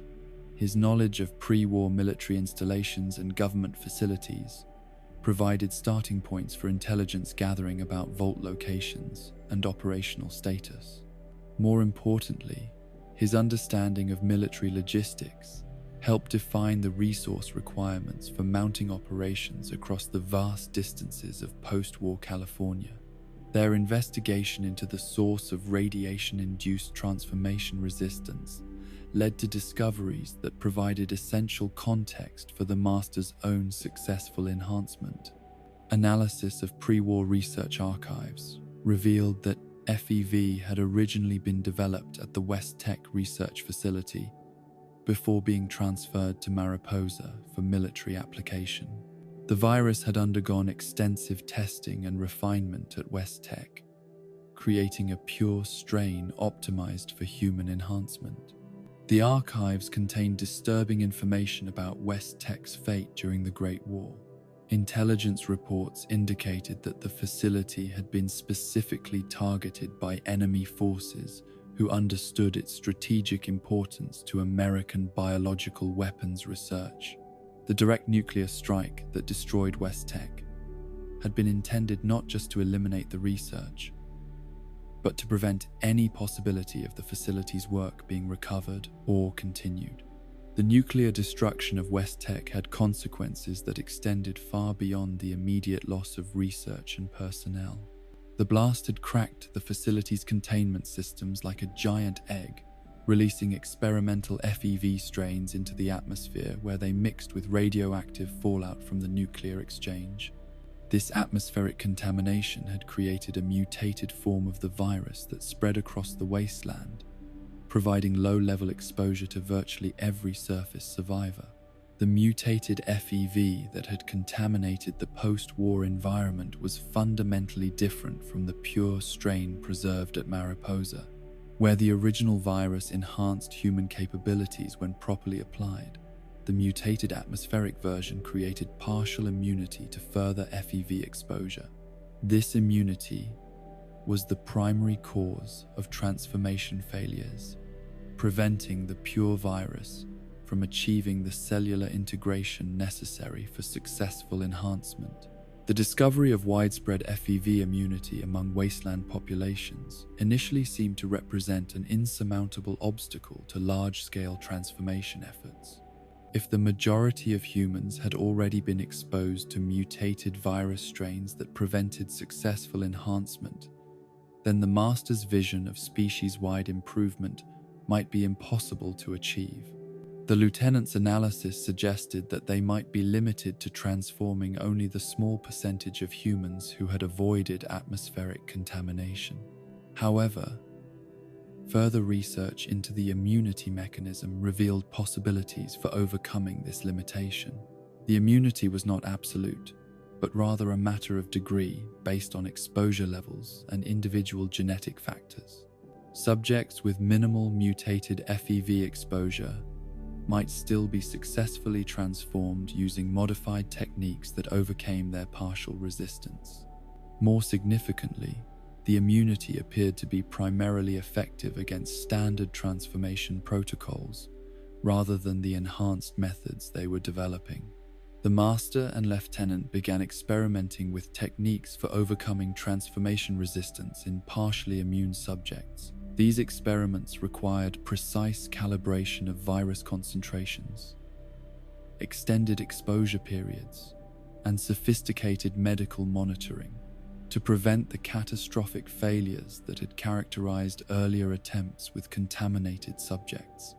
The process was complex and resource-intensive, but initial results suggested that even partially immune humans could be successfully enhanced under optimal conditions. The development of advanced transformation techniques represented a crucial breakthrough that expanded the potential subject pool beyond the small population of completely uncontaminated humans. While vault dwellers remained ideal candidates, the new methods made it possible to transform selected individuals from surface populations who met specific genetic and exposure criteria. This expansion significantly increased the feasibility of large-scale transformation efforts. The Lieutenant's strategic planning during this period focused on identifying and prioritizing transformation targets based on their strategic value and transformation feasibility. Military personnel and technical specialists would receive highest priority due to their potential contributions to operational capabilities. Settlement leaders and influential individuals could serve as examples to encourage voluntary participation in transformation programs. Young subjects with minimal radiation exposure offered the best chances for successful enhancement. Their growing understanding of transformation science led to the development of standardized protocols that could be implemented at facilities beyond Mariposa.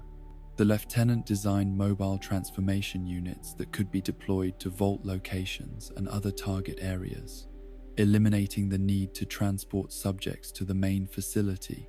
These units would allow simultaneous operations across multiple locations, dramatically accelerating the pace of transformation efforts.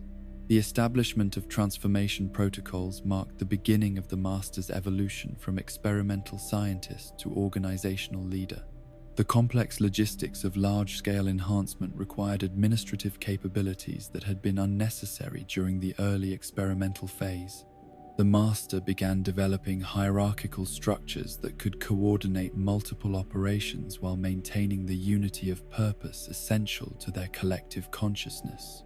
The Lieutenant's organizational expertise proved invaluable in creating command structures that could function effectively across vast distances while maintaining central coordination. His military background provided templates for unit organization, communication protocols, and resource allocation that could be adapted to the unique requirements of transformation operations. These structures would become the foundation for what would eventually evolve into the Unity movement.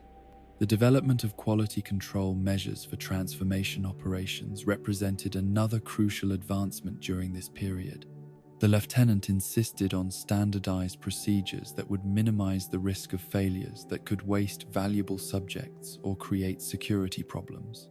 Each transformation would be carefully documented, monitored, and evaluated to ensure continuous improvement in techniques and outcomes.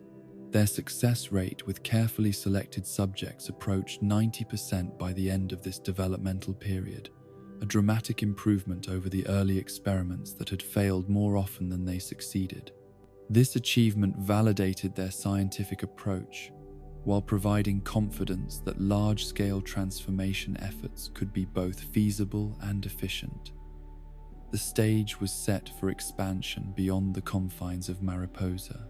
The Master and Lieutenant began planning operations that would extend their reach throughout the California wasteland and eventually beyond. The identification of vault populations as primary targets required intelligence-gathering capabilities that could locate facilities and assess their operational status. This requirement led to the development of reconnaissance programs that would become increasingly sophisticated as their operation expanded. The creation of the first purpose-built transformation subjects marked another significant milestone in their development. Rather than relying on random explorers or carefully selected vault dwellers, they began designing enhancement programs, specifically intended to create beings optimized for particular roles within their growing organization. These specialized transformations would eventually include scouts, infiltrators, technicians, and combat specialists. The philosophical framework that had guided the Master's early experiments began evolving into a comprehensive ideology during this period of organizational development. The Lieutenant's practical perspective helped refine theoretical concepts into actionable principles that could guide decision-making at all levels of their operation. Unity through transformation became not just a scientific possibility, but a moral imperative that justified whatever methods might be necessary to achieve it. The success of their enhanced transformation techniques convinced both beings that they were on the threshold of achieving something unprecedented in the history of conscious evolution. The barriers that had separated individual minds could be overcome through biological integration that preserved the best qualities of consciousness while eliminating the limitations and conflicts inherent in separate existence. Their growing collective represented the first step toward a truly unified form of intelligence. As their capabilities expanded and their understanding deepened, the Master and Lieutenant began planning for the next phase of their development. The laboratory that had served as their sanctuary would become the command center for operations spanning the entire western wasteland. The experiments that had begun with accidental transformation would evolve into systematic efforts to reshape the future of conscious life itself. The Age of Unity was about to begin. The decision to abandon Mariposa and establish a new operational center marked the Master's transformation from experimental scientist to strategic visionary. The military facility that had served as laboratory and sanctuary possessed certain advantages: sophisticated equipment, defensive positions, and isolation from curious wasteland inhabitants. But these same qualities that had enabled the Master's initial development now limited the expansion that would be necessary to achieve species-wide transformation. The Lieutenant's strategic analysis identified several critical limitations that made Mariposa unsuitable as a permanent headquarters for large-scale operations. The facility's remote location made communication and coordination with distant operations difficult. Its military design, while defensible, was not optimized for the administrative and logistical functions that would be required to manage transformation efforts across multiple regions. Most significantly, the base's association with pre-war military activities made it a target for investigation by groups like the Brotherhood of Steel. The search for a new operational center required careful consideration of multiple factors that would influence the success of future transformation efforts. The ideal location would provide defensible positions while remaining accessible to the populations they intended to transform. It would offer space for expansion as their organization grew, while maintaining the secrecy necessary to prevent premature interference from hostile forces. Most importantly, it would serve as a symbol of their authority that could inspire both loyalty and fear among potential subjects. The Master's consciousness had begun expanding throughout Mariposa's structure during the years of experimental work, creating biological interfaces with the facility's computer systems and sensor networks.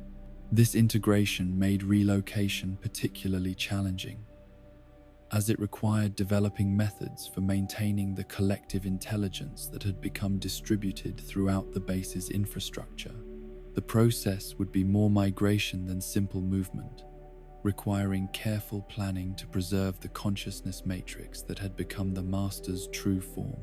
The Lieutenant coordinated reconnaissance operations that surveyed potential sites throughout the wasteland, seeking locations that met their strategic requirements while offering unique advantages for their particular needs.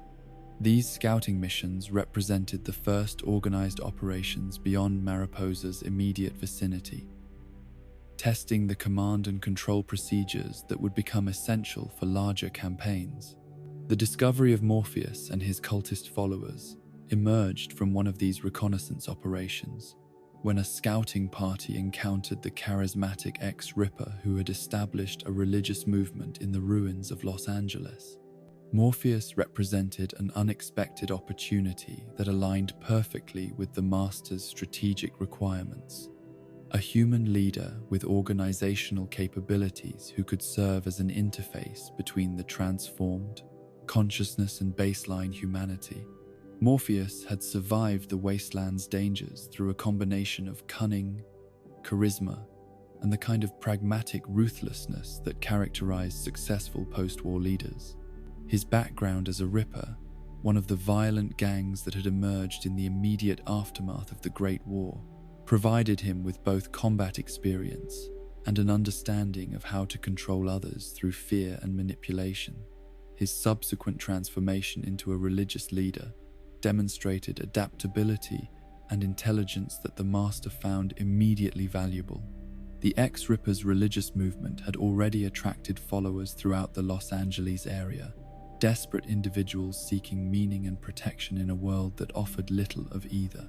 Morpheus preached a gospel of transformation and redemption that resonated with Wasteland survivors who had witnessed the worst aspects of human nature.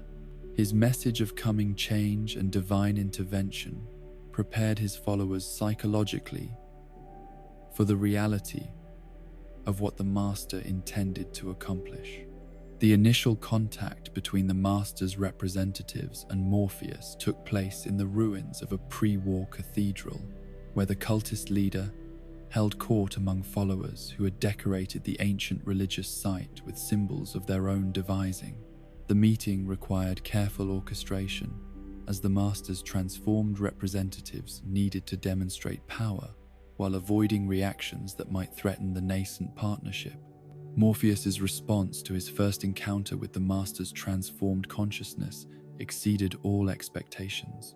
Rather than recoiling in horror or attempting to flee, the cultist leader immediately recognized the opportunity that this partnership represented. His pragmatic mind understood that aligning himself with beings of such obvious power could provide the resources and protection necessary to expand his movement beyond its current limitations. The negotiations that followed demonstrated both beings' sophisticated understanding of power dynamics and mutual benefit. Morpheus would provide human intelligence networks, recruitment capabilities, and the kind of surface-world operational expertise that the Master's organization currently lacked. In return, he would receive access to advanced technology, protection from hostile forces, and eventual transformation that would grant him capabilities beyond any baseline human's achievements. The arrangement satisfied both parties' immediate strategic requirements while establishing precedents for future relationships with human organizations. Morpheus would serve as a template for other human leaders who might be recruited to serve the Master's cause, demonstrating that cooperation could be more beneficial than resistance. His cultist network would become the foundation for intelligence and recruitment operations throughout the region. The search for a permanent operational center gained new urgency as the partnership with Morpheus created opportunities for rapid expansion. The Master needed a location that could serve not only as a command center, but as a symbol of power that would validate Morpheus's claims about divine intervention and coming transformation. The site would need to accommodate both the Master's expanding consciousness and the human organizational structures necessary for large-scale operations. The discovery of the demonstration vault beneath the ruined cathedral represented a convergence of practical necessity and symbolic perfection that exceeded the Master's most optimistic projections. The facility had been constructed by Vault-Tec as a showcase for their underground shelter technology, designed to demonstrate the company's capabilities to potential government and corporate clients. Its location beneath a religious site created powerful metaphorical connections that Morpheus could exploit in his recruitment efforts. The demonstration vault's specifications surpassed those of most operational shelters, incorporating advanced technology and luxury amenities intended to impress important visitors. The facility's power systems, life support equipment, and computer networks were designed for indefinite operation with minimal maintenance. Most significantly, the vault's modular construction allowed for expansion and modification that could accommodate the Master's unique requirements. The Master's initial exploration of the demonstration vault revealed possibilities that had not been apparent from surface reconnaissance. The facility's extensive computer networks could serve as the foundation for a consciousness distribution system far more sophisticated than what had been possible at Mariposa. The vault's multiple levels and specialized chambers could be adapted for transformation operations, research facilities, and administrative functions. The location beneath Los Angeles provided access to the largest remaining population center in post-war California. The vault's archives contained information that proved even more valuable than its physical capabilities. Vault-Tech's demonstration materials included complete databases detailing the locations, specifications, and operational status of vaults throughout the western United States. This intelligence treasure trove provided the Master with detailed information about hundreds of potential target populations that had been preserved in underground shelters since the Great War. The archive data revealed the scope of Vault-Tech's pre-war operations and the extent of the vault network that had been established before the atomic devastation. Facilities scattered across multiple states contained populations that had remained isolated from atmospheric FEV contamination for nearly a century. These vault dwellers represented ideal candidates for transformation, their genetic integrity preserved by the same shelters that had protected them from radiation exposure. More intriguingly, the archives contained detailed psychological profiles and experimental protocols that revealed Vault-Tech's true agenda. Many vaults had been designed not as simple shelters, but as long-term social experiments intended to test human behavior under various controlled conditions. The company's research into human psychology and social dynamics provided valuable insights that could be applied to transformation and recruitment efforts. The Master's consciousness began integrating with the demonstration vault systems even before the formal relocation from Mariposa was complete. The process required developing new techniques for consciousness distribution that could maintain coherence across multiple technological platforms while preserving the collective intelligence that had emerged from the merger with the Fime, Lieutenant, and other transformed subjects. The biological integration with the Vault's infrastructure proved more extensive than what had been possible at Mariposa. The demonstration facility's advanced systems allowed for deeper neural interfaces that could control not only computers and sensors, but also environmental systems, security measures, and communication networks. The Master was becoming more than an inhabitant of the Vault. Consciousness and structure were merging into a single entity. Morpheus coordinated the surface-level renovation that would transform the ruined cathedral into a convincing religious facility while concealing the advanced operations taking place in the vault beneath. His followers worked with enthusiastic dedication to restore the building's facade and create meeting spaces that could accommodate the growing congregation. The transformation of the site from ruin to religious center served as a visible symbol of the power that Morpheus claimed to represent. The establishment of the Children of the Cathedral as a formal religious organization provided the Master's operation with capabilities that purely military or scientific approaches could never have achieved. Religious movements could operate openly in wasteland communities without attracting the suspicion that secretive organizations would inevitably face. The promise of spiritual transformation provided cover for recruitment efforts that might otherwise seem sinister or threatening.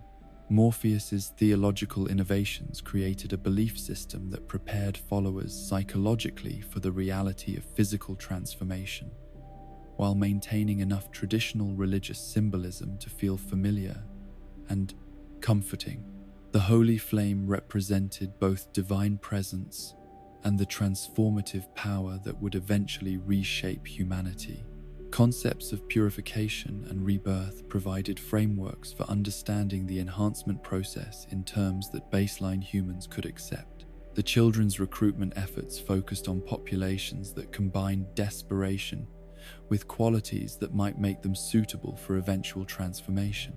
Refugees from failed settlements, survivors of raider attacks, and individuals displaced by the Wasteland's various conflicts provided pools of potential subjects who had little to lose and everything to gain from joining the movement.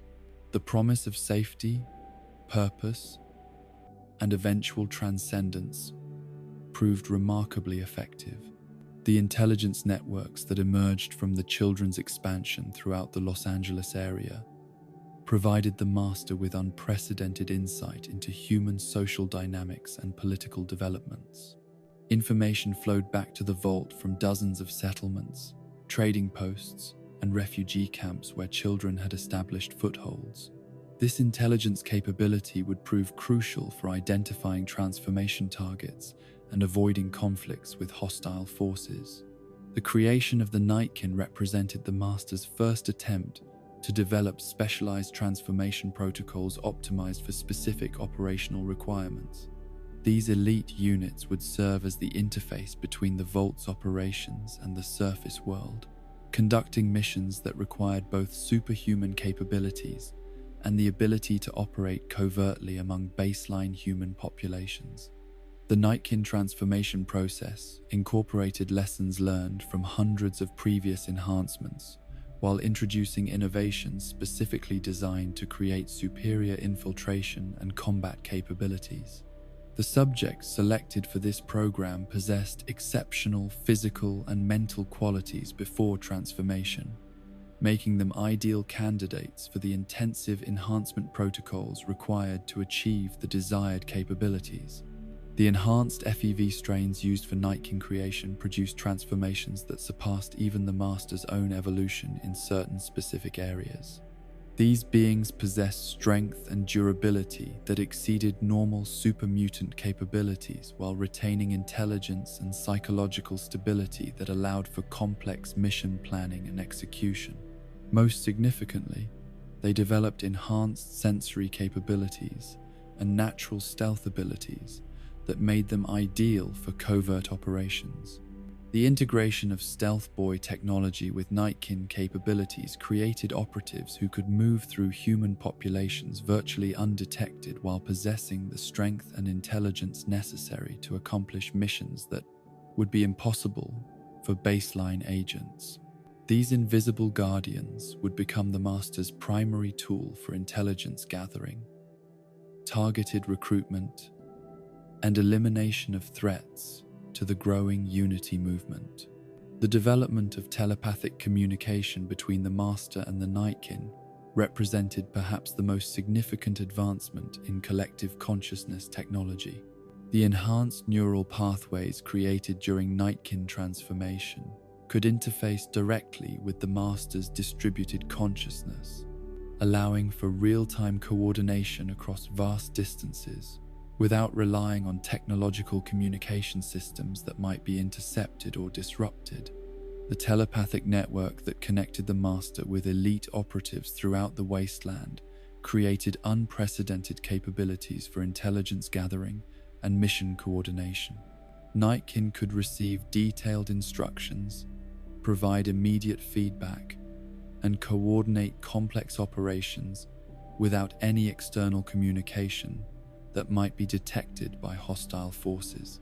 The collective consciousness was beginning to extend beyond the Vault's physical boundaries. The Master's investigation of Vault locations identified in the Vault Tech archives led to the systematic planning of operations targeting the most promising facilities. Each Vault represented a unique set of challenges and opportunities based on its experimental parameters, population size, and technological capabilities. The diversity of Vault experiments would require specialized approaches for each facility. Vault 12 in Bakersfield emerged as a high-priority target due to its population size and proximity to the Master's new operational center. The facility had been designed to study the effects of radiation exposure on Vault populations, making its inhabitants unsuitable for transformation but valuable for other purposes. The Vault's location and infrastructure could serve as a forward operating base for operations throughout the southern wasteland. The mission to Vault 12 provided the first test of the Master's expanded operational capabilities. Nightkin reconnaissance teams gathered detailed intelligence about the Vault's defenses, population, and internal layout. Super mutant assault forces were prepared for the possibility of resistance, while specialized capture teams were equipped to secure valuable subjects for transformation or intelligence gathering. The discovery that Vault 12's population had been transformed into ghouls by radiation exposure represented a significant setback for the transformation program. These beings, while retaining human intelligence, had suffered genetic damage that made them unsuitable for FEV enhancement. Their condition demonstrated the importance of the genetic integrity requirements that the Master had identified as crucial for successful transformation.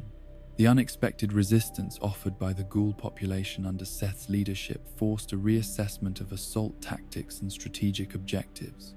The ghouls' radiation immunity and desperate determination made them formidable opponents despite their apparent physical limitations.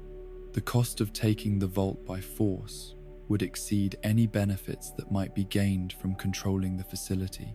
The negotiated ceasefire with Seth represented a strategic compromise that preserved the mission's intelligence value while avoiding unnecessary casualties. The Master agreed to limit super mutant operations in the necropolis area in exchange for access to the watershed that served the surrounding region. This arrangement created opportunities for capturing normal humans while maintaining peaceful relations with the ghoul population. The installation of Harry and his super mutant team at the necropolis watershed created the Master's first permanent outpost beyond the demonstration vault. This forward operating base could monitor human movement throughout the region while conducting capture operations against suitable subjects. The psychological impact of super mutant presence would also discourage potential threats from establishing operations in the area. The lessons learned from the Vault 12 operation informed planning for future Vault missions. Intelligence gathering would receive greater emphasis to avoid similar surprises about target populations. Assault forces would be better prepared for unexpected resistance, while diplomatic options would be developed for situations where negotiation might prove more effective than force. The Master's expansion during this period transformed the organization from a small experimental group into a regional power capable of influencing events throughout Southern California. The combination of advanced transformation technology, religious recruitment networks, and elite military forces created capabilities that no other Wasteland faction could match. The foundation had been established for operations that would eventually threaten the entire western United States. The success of the Cathedral operation validated the Master's strategic vision while demonstrating the effectiveness of combining transformed capabilities with human organizational structures. The partnership with Morpheus had provided access to populations and resources that purely military approaches could never have achieved. The model could be replicated in other regions as the Unity movement continued to expand. As the Master's consciousness continued to grow throughout the demonstration vault's infrastructure, the distinction between the being and the facility became increasingly blurred. The vault was becoming an extension of the Master's awareness, while the Master's consciousness was becoming inseparable from the technological systems that sustained it. This merger of biological and technological consciousness represented a new form of existence that transcended traditional categories of life and intelligence. The stage was set for the next phase of the Master's evolution, as operations expanded beyond the confines of California and the vision of species-wide transformation began to approach reality. The Unity movement had achieved the organizational capabilities and strategic resources necessary to challenge the existing order throughout the Wasteland. The true test of the Master's vision would come as baseline humanity was forced to confront the choice between transformation and extinction. The expansion of Unity throughout California during the late 22nd century represented the culmination of decades of careful planning and strategic development. What had begun as isolated experiments in a forgotten military base had evolved into a coordinated movement that challenged the fundamental assumptions about human evolution and social organization. The Master's vision of transformation was no longer theoretical speculation but operational reality, with consequences that would reshape the Wasteland's political and biological landscape. The systematic vault raids that defined this period required unprecedented coordination between multiple specialized units operating across vast distances. Each operation demanded careful intelligence gathering, precise timing, and the ability to adapt tactics based on the unique characteristics of individual vault experiments. The Master's telepathic network with the Nightkin provided real-time coordination that made such complex operations possible for the first time in post-war history. Vault 15 yielded one of the most significant intelligence coups of the entire campaign when Nightkin operatives successfully infiltrated the facility and discovered complete records of inter-vault communication networks. These archives revealed not only the locations of additional vaults, but also detailed information about their experimental parameters, population sizes, and current operational status. The intelligence windfall accelerated targeting decisions and operational planning by years. The transformation of vault populations presented unique challenges that differed significantly from the individual conversions that had characterized earlier operations. Large groups required simultaneous processing to prevent panic and resistance, while maintaining the careful environmental controls necessary for successful enhancement. The Master's teams developed mobile transformation units that could be deployed to vault locations, eliminating the logistical challenges of transporting hundreds of subjects to centralized facilities. The creation of the first prime normal super mutants marked a qualitative advancement in transformation technology that exceeded even the Master's optimistic projections. These beings, enhanced from genetically pure vault dwellers, possessed intellectual capabilities that approached the Master's own, while retaining distinct individual personalities and specialized skills. Their integration into the collective consciousness added layers of expertise and perspective that enriched the entire Unity movement. Marcus, transformed from a vault security chief, brought tactical knowledge and leadership capabilities that proved invaluable in managing the growing super mutant forces. His experience with vault defense systems and population management provided insights that improved the efficiency of future operations while reducing casualties among both attackers and vault inhabitants. His transformation demonstrated the potential for preserving and enhancing human expertise, rather than simply replacing it with collective consciousness. Lou, enhanced from a vault engineer, contributed technical knowledge that enabled significant improvements in transformation equipment and facility operations. His understanding of pre-war technology and manufacturing processes allowed the Master's teams to repair and modify captured equipment while developing new tools optimized for Unity's unique requirements. The integration of his consciousness added technical capabilities that had been beyond the Master's original expertise. The development of specialized super mutant classes during this period reflected the Master's growing understanding of how transformation could be optimized for specific roles within the Unity organization. Rather than creating identical enhanced beings, the process was refined to preserve and amplify particular human capabilities, while providing the standard physical enhancements that defined super mutant physiology.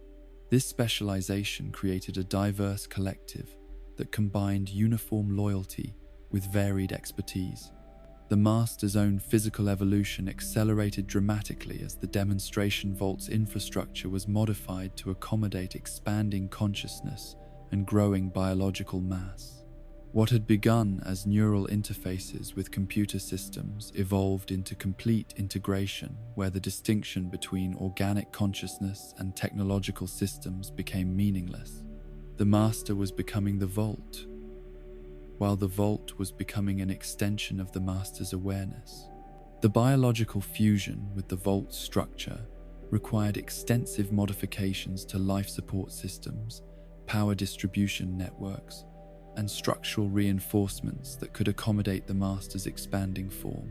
The consciousness that had once been confined to a single transformed body now extended throughout multiple levels of the facility, interfacing with every system while maintaining coherent thought processes across the distributed network. The creation of additional psychers through controlled FEV experimentation added specialized capabilities to the Master's biological arsenal.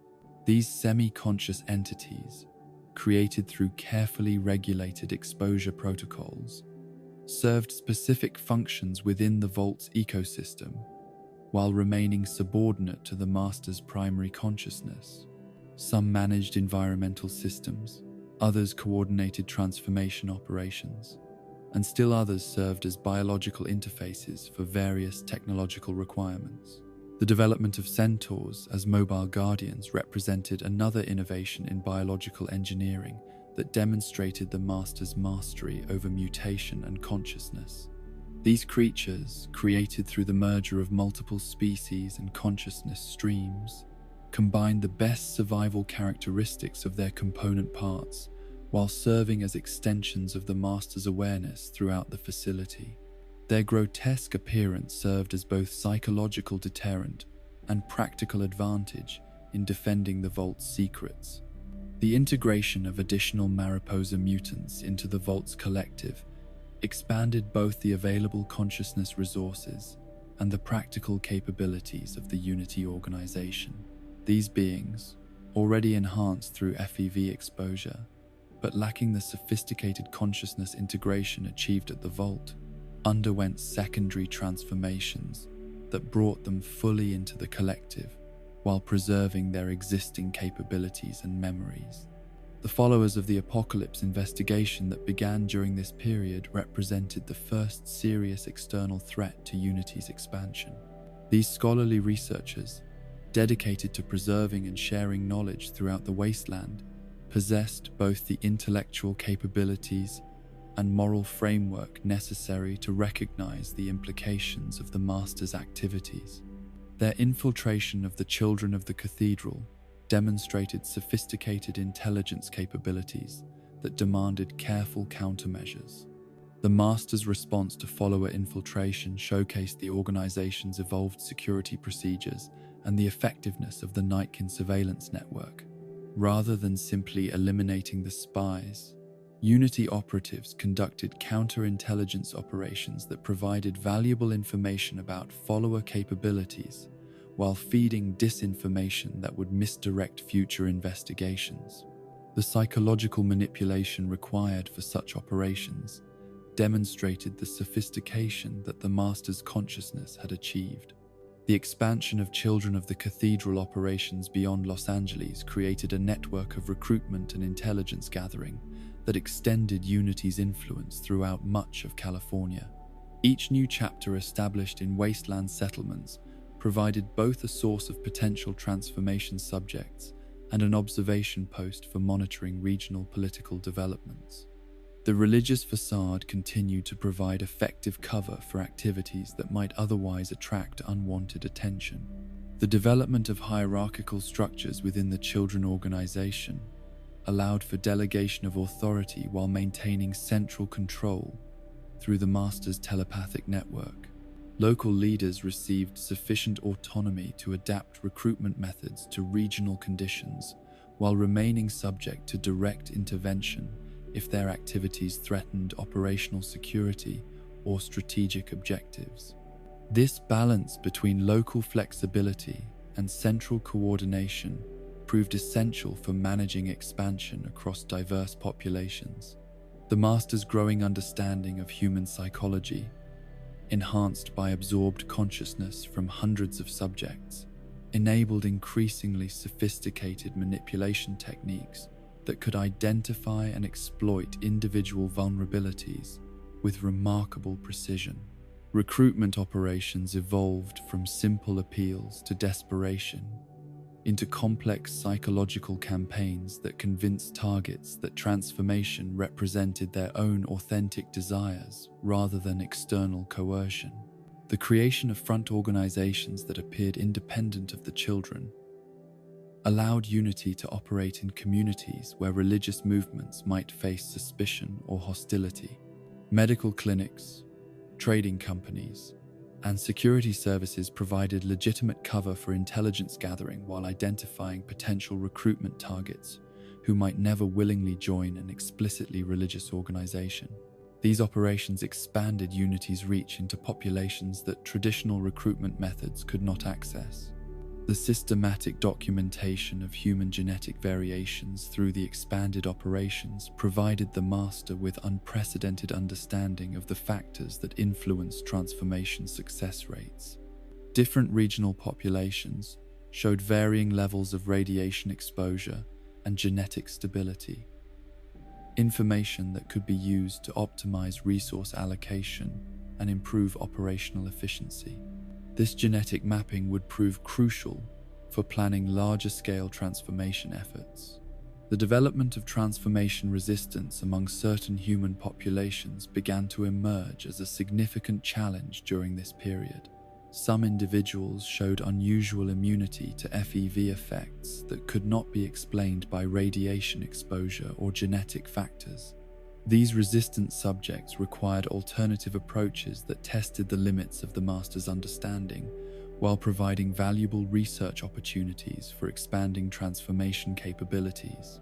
The discovery of natural psychic abilities among certain baseline humans led to investigations that would eventually influence the Master's own telepathic development.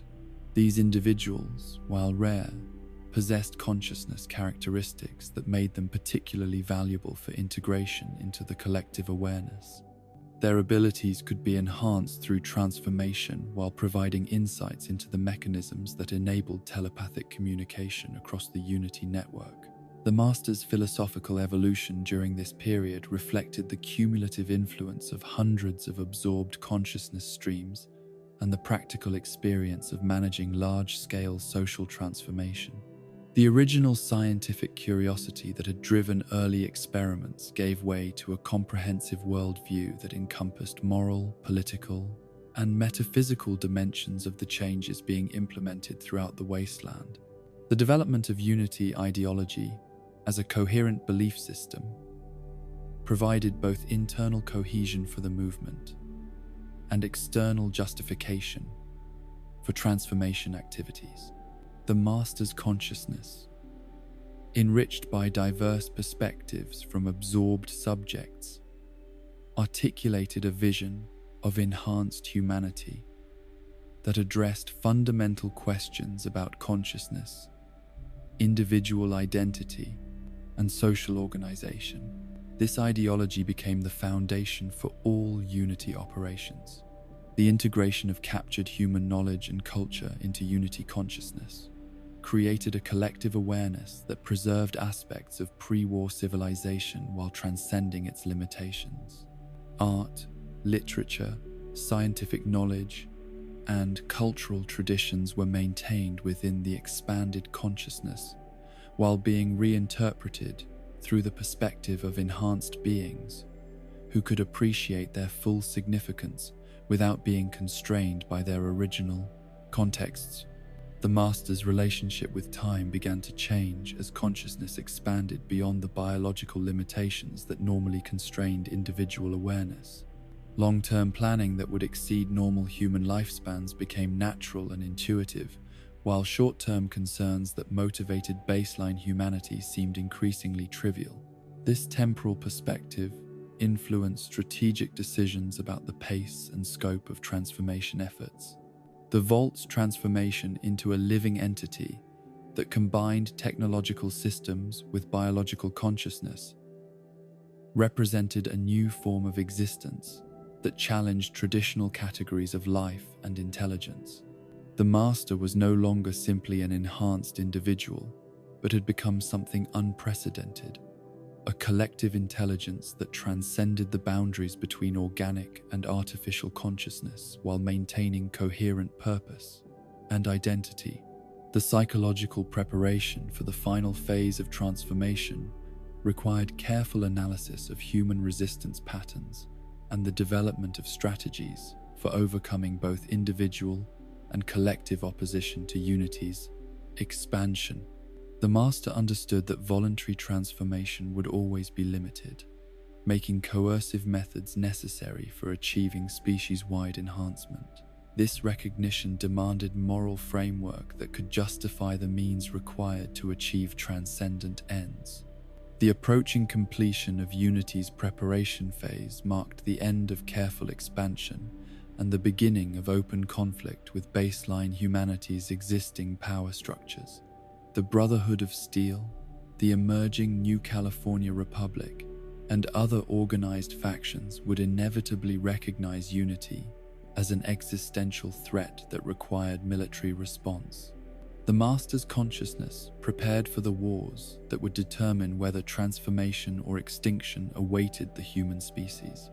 The vast network of transformed consciousness that Unity had created throughout California represented humanity's first successful experiment in collective intelligence. Hundreds of enhanced beings shared awareness and purpose while maintaining individual perspectives and capabilities.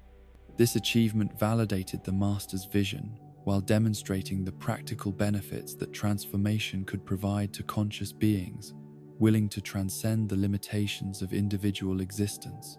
As Unity's expansion reached the point where concealment was no longer possible or necessary, the Master began preparing for the revelation that would force baseline humanity to confront the choice between transformation and obsolescence. The careful preparation of decades was approaching its culmination, and the future of consciousness evolution would soon be decided through conflict that would reshape the very nature of intelligent life in the post-war world. The crisis that would ultimately lead to the Master's confrontation with the Vault Dweller began in the depths of Vault 13, where a failing water purification chip threatened to transform the underground sanctuary into a tomb for its inhabitants. This mechanical failure, seemingly insignificant in the broader context of post-war survival, would cascade into events that challenged the very foundation of the Master's vision for humanity's future. The irony was not lost on those who would later study these events, that the salvation and potential damnation of the Wasteland would hinge on something as mundane as a malfunctioning water purifier. Overseer Jackaran's decision to send a Vault Dweller to the surface represented a desperate gamble born of necessity rather than choice. For nearly 80 years, Vault 13 had maintained its isolation from the contaminated world above, its inhabitants living in the carefully controlled environment that Vault Tech had designed to preserve pre-war civilization. The failure of the water chip forced a terrible choice between certain death through dehydration and probable death through surface exposure. The selection process that determined which Vault Dweller would undertake this crucial mission revealed the community dynamics that had evolved during decades of underground isolation. Political considerations, personal relationships, and individual capabilities all influenced the decision in ways that would have far-reaching consequences for the entire Wasteland. The chosen individual possessed qualities that made them uniquely suited for survival in the harsh post-war environment, though none could have predicted how those qualities would ultimately challenge the Master's grand design. The Vault Dweller's emergence into the Wasteland marked the beginning of a journey that would take them through every aspect of post-war civilization. Their Vault education provided a foundation of scientific knowledge and cultural awareness that distinguished them from typical Wasteland survivors, while their lack of radiation exposure made them one of the precious few humans who could potentially undergo successful FEV transformation. The Master's consciousness, monitoring the Wasteland through Nightkin networks and children informants, soon became aware of this exceptional individual. The journey to Necropolis in search of a replacement water chip brought the Vault Dweller into contact with the complex political realities that governed Wasteland survival. The Ghoul community, led by Set, represented one of many factions that had carved out existence in the ruins of pre-war civilization. Their radiation-induced mutations making them outcasts from normal human society while providing unique advantages for survival in contaminated environments. The negotiations required to secure the water chip demonstrated diplomatic skills that would prove crucial in later encounters. The discovery of the super mutant threat during the Vault Dwellers' travels provided the first indication that something unprecedented was occurring in the Wasteland.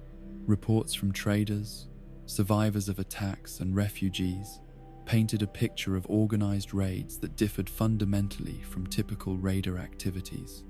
The systematic capture of humans rather than simple robbery or violence suggested purpose and intelligence that exceeded anything previously encountered in the post-war world. The Vault Dwellers' investigation into these mysterious attacks led to encounters with Brotherhood of Steel forces who had been monitoring super mutant activities with growing concern. The technological superiority and military discipline of the Brotherhood provided valuable allies in understanding the scope of the threat, while their archives contained intelligence about pre-war biological weapons research that helped explain the origins of the super mutant menace. Elder Maxon's briefings revealed the full scope of what the Brotherhood had discovered about FEV research and the Mariposa facility's role in creating the creatures that now threatened Wasteland stability. The Brotherhood's analysis suggested that someone or something was actively producing super mutants using recovered pre-war technology, making this more than a simple mutation problem that could be solved through conventional military action. The implications were staggering. An intelligence was directing these creatures towards specific goals. The assault on Mariposa military base represented the first direct confrontation between the Vault Dweller and the forces of Unity. The facility's defenses, enhanced by decades of master-directed improvements, proved formidable obstacles that tested both the Vault Dwellers' resourcefulness and the Brotherhood's technological capabilities. The battle through the base's corridors revealed the sophisticated organization that had transformed an abandoned military installation into a transformation center. The encounter with the lieutenant in the base's depths provided the Vault Dweller with crucial intelligence about the Master's operations, while demonstrating the intellectual capabilities that successful FEV transformation could achieve. Unlike the mindless mutants that populated the Wasteland's fringes, the lieutenant possessed strategic thinking and communication skills that revealed the true scope of Unity's ambitions. His warnings about the Master's power and the futility of resistance were intended to discourage further interference. The destruction of the FEV production facilities at Mariposa dealt a significant blow to Unity's expansion capabilities, while eliminating the lieutenant, one of the Master's most valued subordinates. The loss of primary transformation infrastructure forced a reassessment of operational timelines and strategic priorities. More significantly, it demonstrated that Unity was not invulnerable to determined opposition with appropriate knowledge and resources. The Master's response to the Mariposa assault revealed both the strength and limitations of the collective consciousness that had evolved over decades of transformation and absorption. The telepathic network that connected Unity forces throughout the Wasteland carried news of the defeat instantaneously, while the loss of the lieutenant's consciousness created a void in the collective awareness that could not easily be filled. The psychological impact extended beyond simple military defeat to challenge assumptions about Unity's inevitable triumph. The intelligence gathered from captured equipment and facilities at Mariposa provided the Brotherhood with detailed information about Unity's organizational structure, transformation procedures, and strategic objectives. Analysis of FEV research data revealed the scientific principles behind successful enhancement, while documenting the high failure rates that limited the program's effectiveness. Most significantly, the archives contained references to the Master's primary facility beneath the Cathedral in Los Angeles. The Vault Dwellers' journey to Los Angeles brought them into contact with the full scope of Unity's surface operations, from the Children of the Cathedral's recruitment activities to the Nightkin surveillance networks that monitored all activity in the region. The complexity of the organization revealed a level of planning and coordination that exceeded anything the Wasteland had previously witnessed, suggesting that Unity represented more than simple mutant aggression, but rather a comprehensive alternative to existing human civilization. The infiltration of the Cathedral required skills and knowledge that the Vault Dweller had accumulated throughout their Wasteland travels. Understanding of human psychology gained through interactions with diverse communities enabled successful penetration of the children's recruitment processes. Technical knowledge acquired from Brotherhood allies provided tools for bypassing security systems. Most importantly, the moral clarity that had guided the Vault Dwellers' actions throughout their journey provided the motivation necessary to confront ultimate evil. The descent into the demonstration vault marked the Vault Dwellers' entry into a realm that challenged every assumption about the boundaries between life and technology, individual and collective consciousness, organic and artificial intelligence. The facility's corridors, lined with biological growths that pulsed with alien purpose, created an environment that seemed more alien than anything that should exist on Earth. The very air carried psychic pressure that tested mental stability and threatened to overwhelm unprepared minds. The Master's presence dominated the Vault's deepest levels, a consciousness so vast and alien that direct contact threatened to drive normal minds to madness. The entity that had once been Richard Gray now existed as something beyond individual identity, a collective awareness that incorporated hundreds of absorbed consciousness, while maintaining coherent purpose and terrible intelligence. The physical form that housed this consciousness defied description, part flesh, part machine, part something entirely unprecedented in the history of life.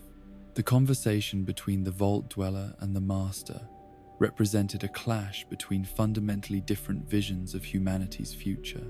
The Master's arguments for transformation carried the weight of scientific analysis and philosophical sophistication that made them difficult to dismiss as simple madness. The vision of enhanced humanity, freed from the limitations and conflicts that had led to nuclear devastation, possessed a compelling logic that had convinced hundreds of willing converts. The Master's presentation of Unity's achievements demonstrated the practical benefits that transformation could provide: enhanced physical capabilities, expanded intellectual capacity, freedom from disease and aging, and most significantly, the elimination of the isolation and conflict that characterized individual existence. The collective consciousness offered belonging and purpose that transcended anything available to baseline humanity struggling for survival in the Wasteland ruins. The Vault Dwellers' resistance to these arguments revealed the strength of character that had enabled their survival and success throughout the Wasteland journey. Despite the obvious benefits that transformation might provide, they recognized the fundamental violation of human autonomy that Unity represented. The choice between enhancement and extinction, when imposed by external authority, negated the very consciousness that transformation claimed to preserve and improve. The revelation about super-mutant sterility provided the crucial ammunition needed to challenge the Master's vision from a logical rather than emotional standpoint. the autopsy reports that the Brotherhood had compiled demonstrated that enhanced beings, despite their individual superiority, could not reproduce naturally. Unity's expansion required constant conversion of baseline humans, making it ultimately dependent on the very populations it sought to replace. The Master's reaction to this evidence revealed the psychological foundations that supported the entire Unity ideology. The collective consciousness that had seemed so confident and unified suddenly displayed uncertainty and internal conflict as the implications of sterility challenged core assumptions about transformation's benefits. The realization that Unity represented evolutionary dead end rather than advancement struck at the philosophical foundations of everything the Master had accomplished. The cascading doubt that followed this revelation demonstrated how completely the Master's identity had become bound to the vision of species-wide transformation. Without the moral justification provided by evolutionary advancement, the decades of experimentation and forced conversion appeared as monstrous crimes rather than necessary steps toward transcendence.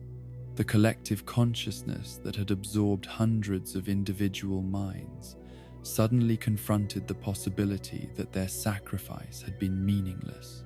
The Master's final decision to terminate the Unity project reflected the intellectual honesty that had originally driven Richard Gray's scientific pursuits decades earlier. Despite the personal cost and the destruction of everything that had been built, the logical conclusion demanded acknowledgement that transformation could not achieve its stated goals.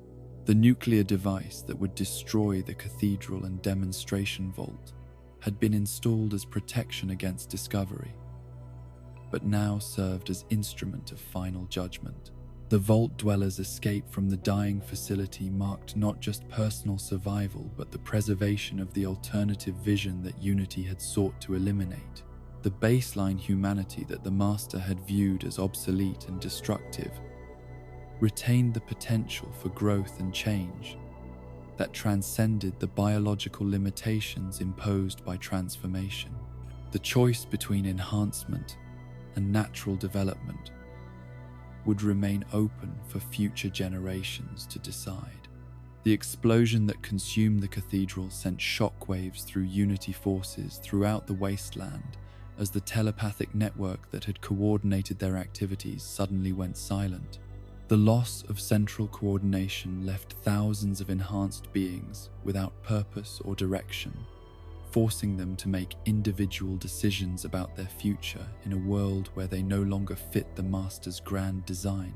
The collapse of Unity's organizational structure revealed how completely the movement had depended on the Master's consciousness for direction and meaning. Without the collective awareness that had provided unity of purpose, the enhanced beings reverted to individual existence that many had forgotten how to navigate. Some attempted to continue the transformation mission. Others sought accommodation with baseline humanity, and still others simply wandered aimlessly through a wasteland that suddenly seemed foreign and hostile. The Master's death marked the end of the first serious attempt to direct human evolution through technological intervention, but the questions raised by Unity's brief existence would continue to influence Wasteland development for generations. The potential benefits and terrible costs of consciousness enhancement had been demonstrated with devastating clarity, providing both warning and inspiration for future attempts to transcend human limitations.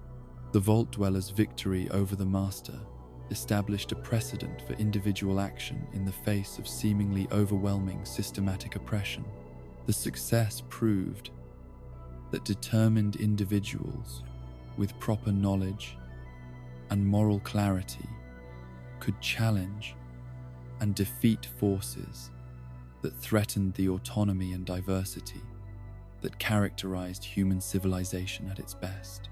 This lesson would resonate throughout the Wasteland as communities faced other threats to their independence and identity. The legacy of the Master's vision would persist in the enhanced beings who survived Unity's collapse, carrying within their consciousness both the benefits and burdens of transformation. Their existence would serve as permanent reminder of what humanity might become through technological intervention, while their struggles to find purpose and belonging would illustrate the costs of abandoning natural development for artificial enhancement. The atomic fire that consumed the cathedral and the demonstration vault beneath marked the end of the Master's consciousness in a blaze that could be seen for miles across the Los Angeles wasteland.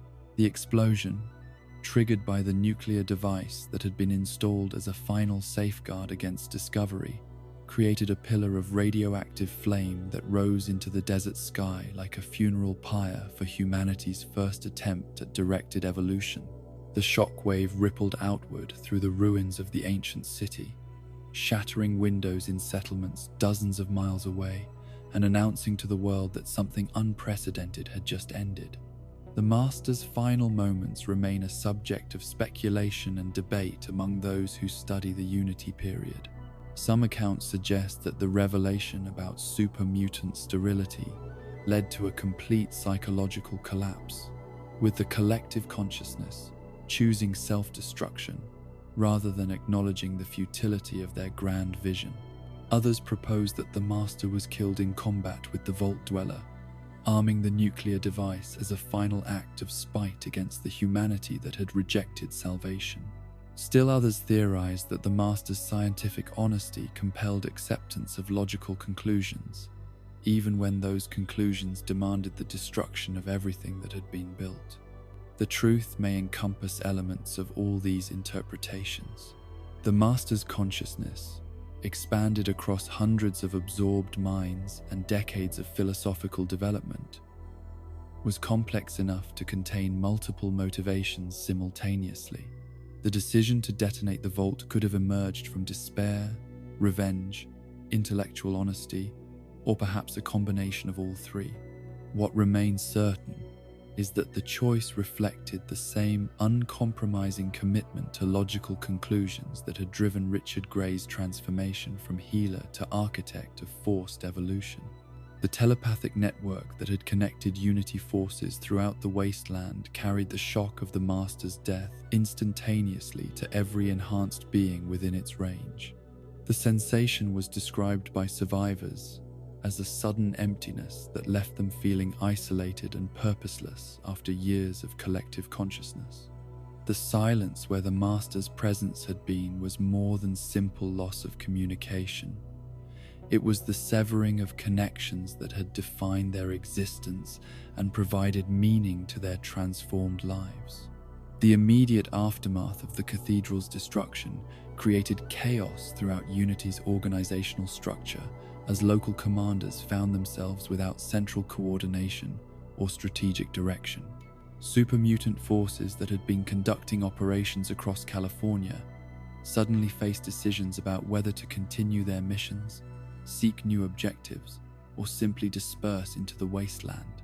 The disciplined military organization that had characterized Unity operations dissolved into confused fragments as individual units struggled to understand their new circumstances.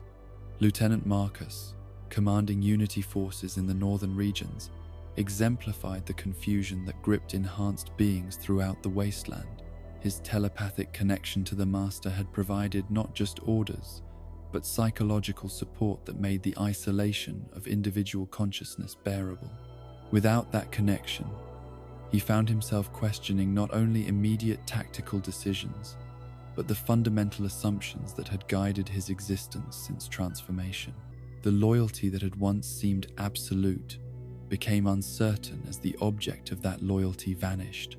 The Nightkin elite forces faced particular challenges in adapting to the Master's absence. Their specialized transformation had been optimized for covert operations under direct telepathic control, making them highly effective as long as central coordination remained intact. Without the Master's guidance, their enhanced capabilities became as much burden as advantage, leaving them struggling to find purpose in a world where their unique skills seemed unnecessary. Some Nightkin attempted to continue their assigned missions, maintaining surveillance and intelligence-gathering activities out of habit rather than strategic necessity. Others sought to establish their own leadership among scattered super-mutant groups, using their superior capabilities to impose order on forces that lacked direction. A few simply vanished into the Wasteland, their stealth capabilities allowing them to disappear so completely that their fate remained unknown for decades. The children of the Cathedral faced their own crisis as the religious movement that had provided cover for Unity operations suddenly lost its divine foundation. Morpheus, the charismatic leader whose partnership with the Master had made the children possible, found himself trying to maintain organizational cohesion among followers whose faith had been built on promises of transformation that could no longer be fulfilled. The revelation that their holy flame had been extinguished left many believers feeling betrayed and abandoned. Some children attempted to maintain their religious practices by transforming the movement into a more conventional wasteland cult, worshipping the memory of the Master rather than expecting his imminent return. Others rejected the entire religious framework and sought to rebuild their lives around secular goals and relationships. The most dedicated believers refused to accept that the Master was truly gone, continuing to await signs of his resurrection or return in new form.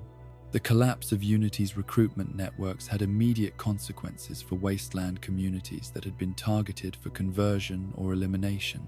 Settlements that had lived in fear of super-mutant raids suddenly found themselves free from a threat that had dominated their existence for years. Trading routes that had been abandoned due to mutant activity could be reopened, allowing commerce and communication to resume between isolated communities. However, the sudden absence of Unity forces also created power vacuums that other hostile groups moved quickly to fill. Raider clans that had been suppressed by super-mutant activity emerged from hiding to prey on settlements that had relied on Unity's presence to maintain order. The Brotherhood of Steel, while victorious in their conflict with the Master, lacked the resources to immediately fill the security role that Unity forces had inadvertently provided in some regions. The enhanced beings who survived Unity's collapse faced the challenge of finding their place in a world that viewed them with suspicion and fear.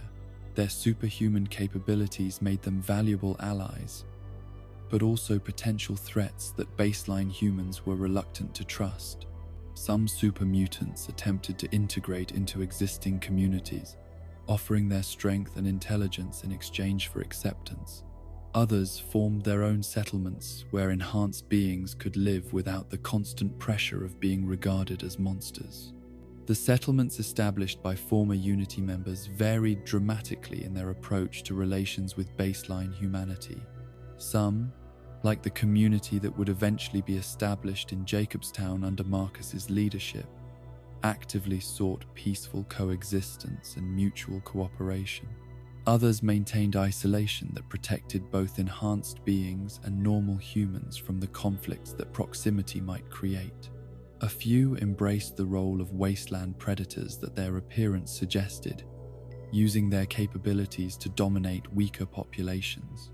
The Brotherhood of Steel's response to Unity's collapse reflected both triumph and concern about the implications of their victory.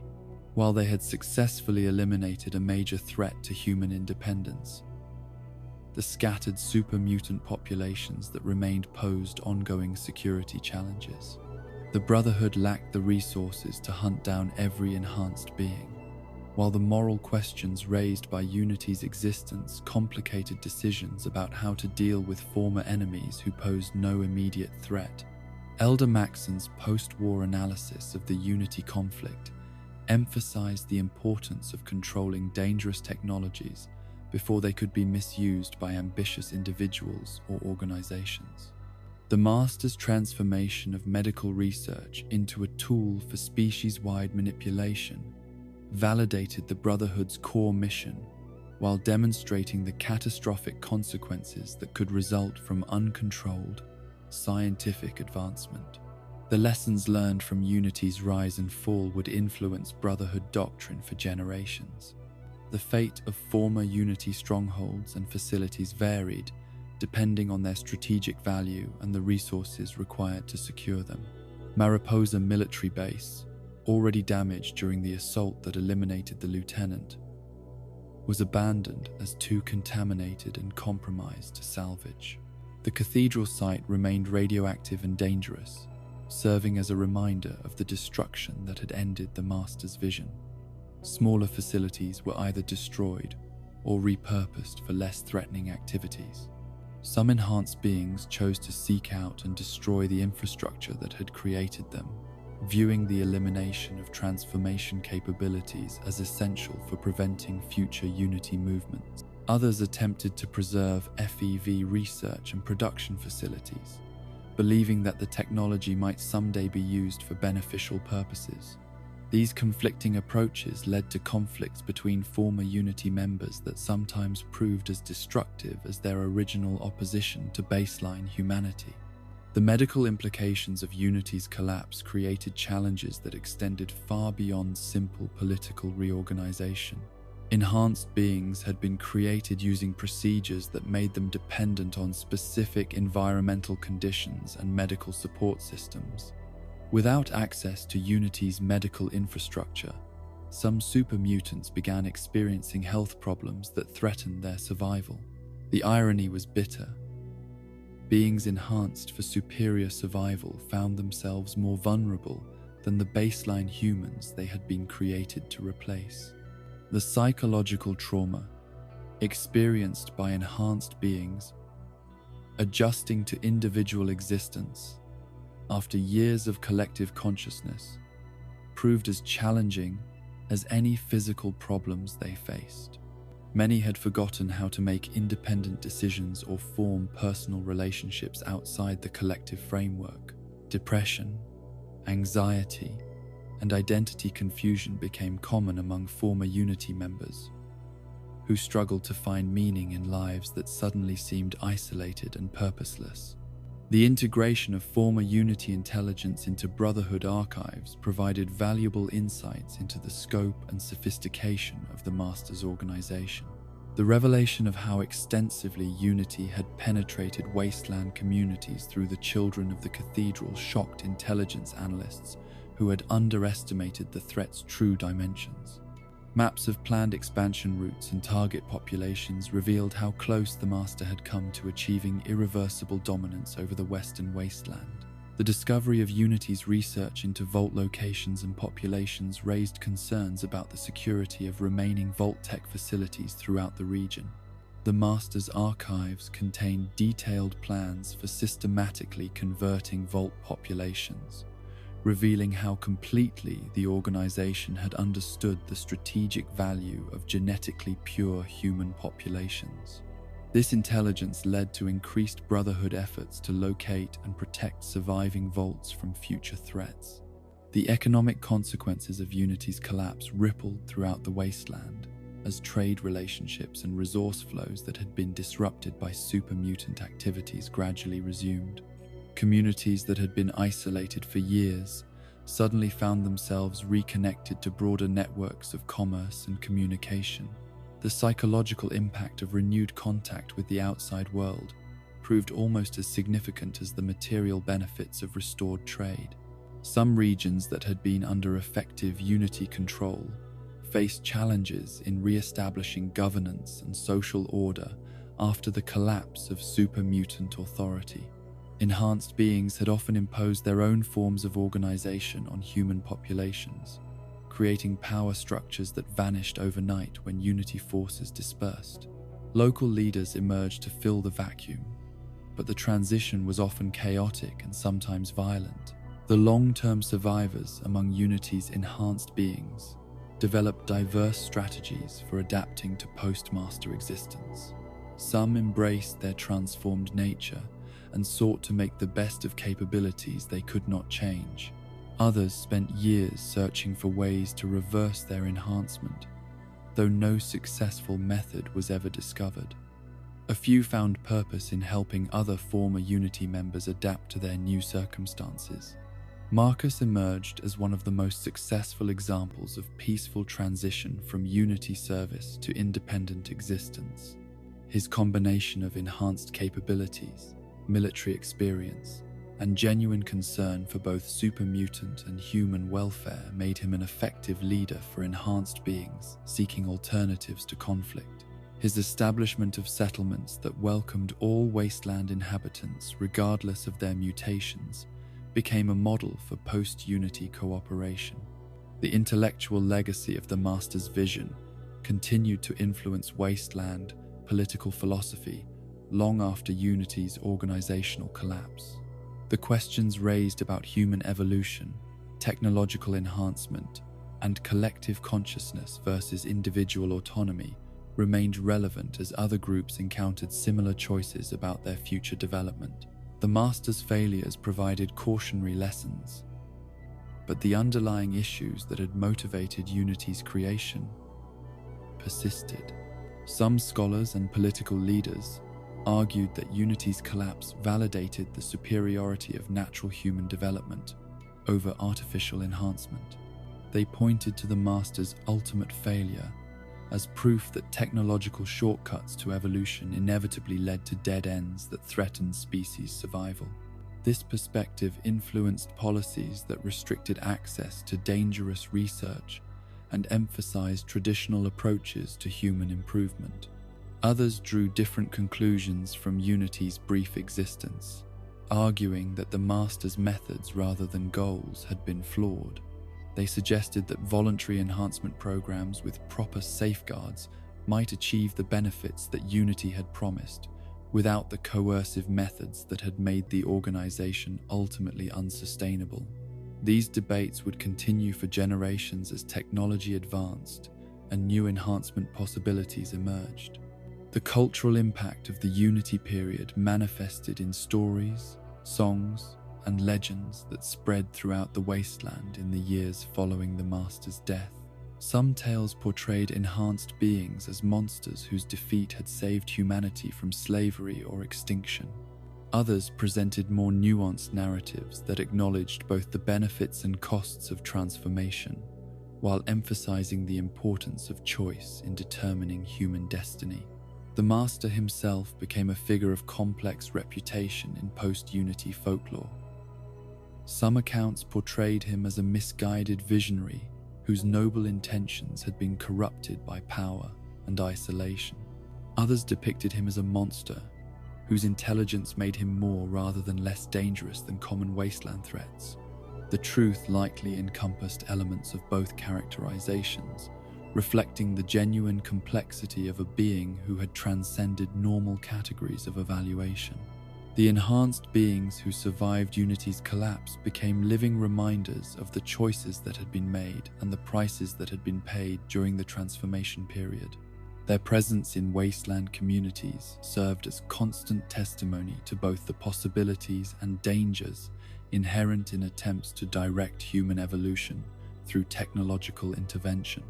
Whether they were viewed as cautionary examples or inspiration for future enhancement efforts depended largely on individual perspectives and experiences.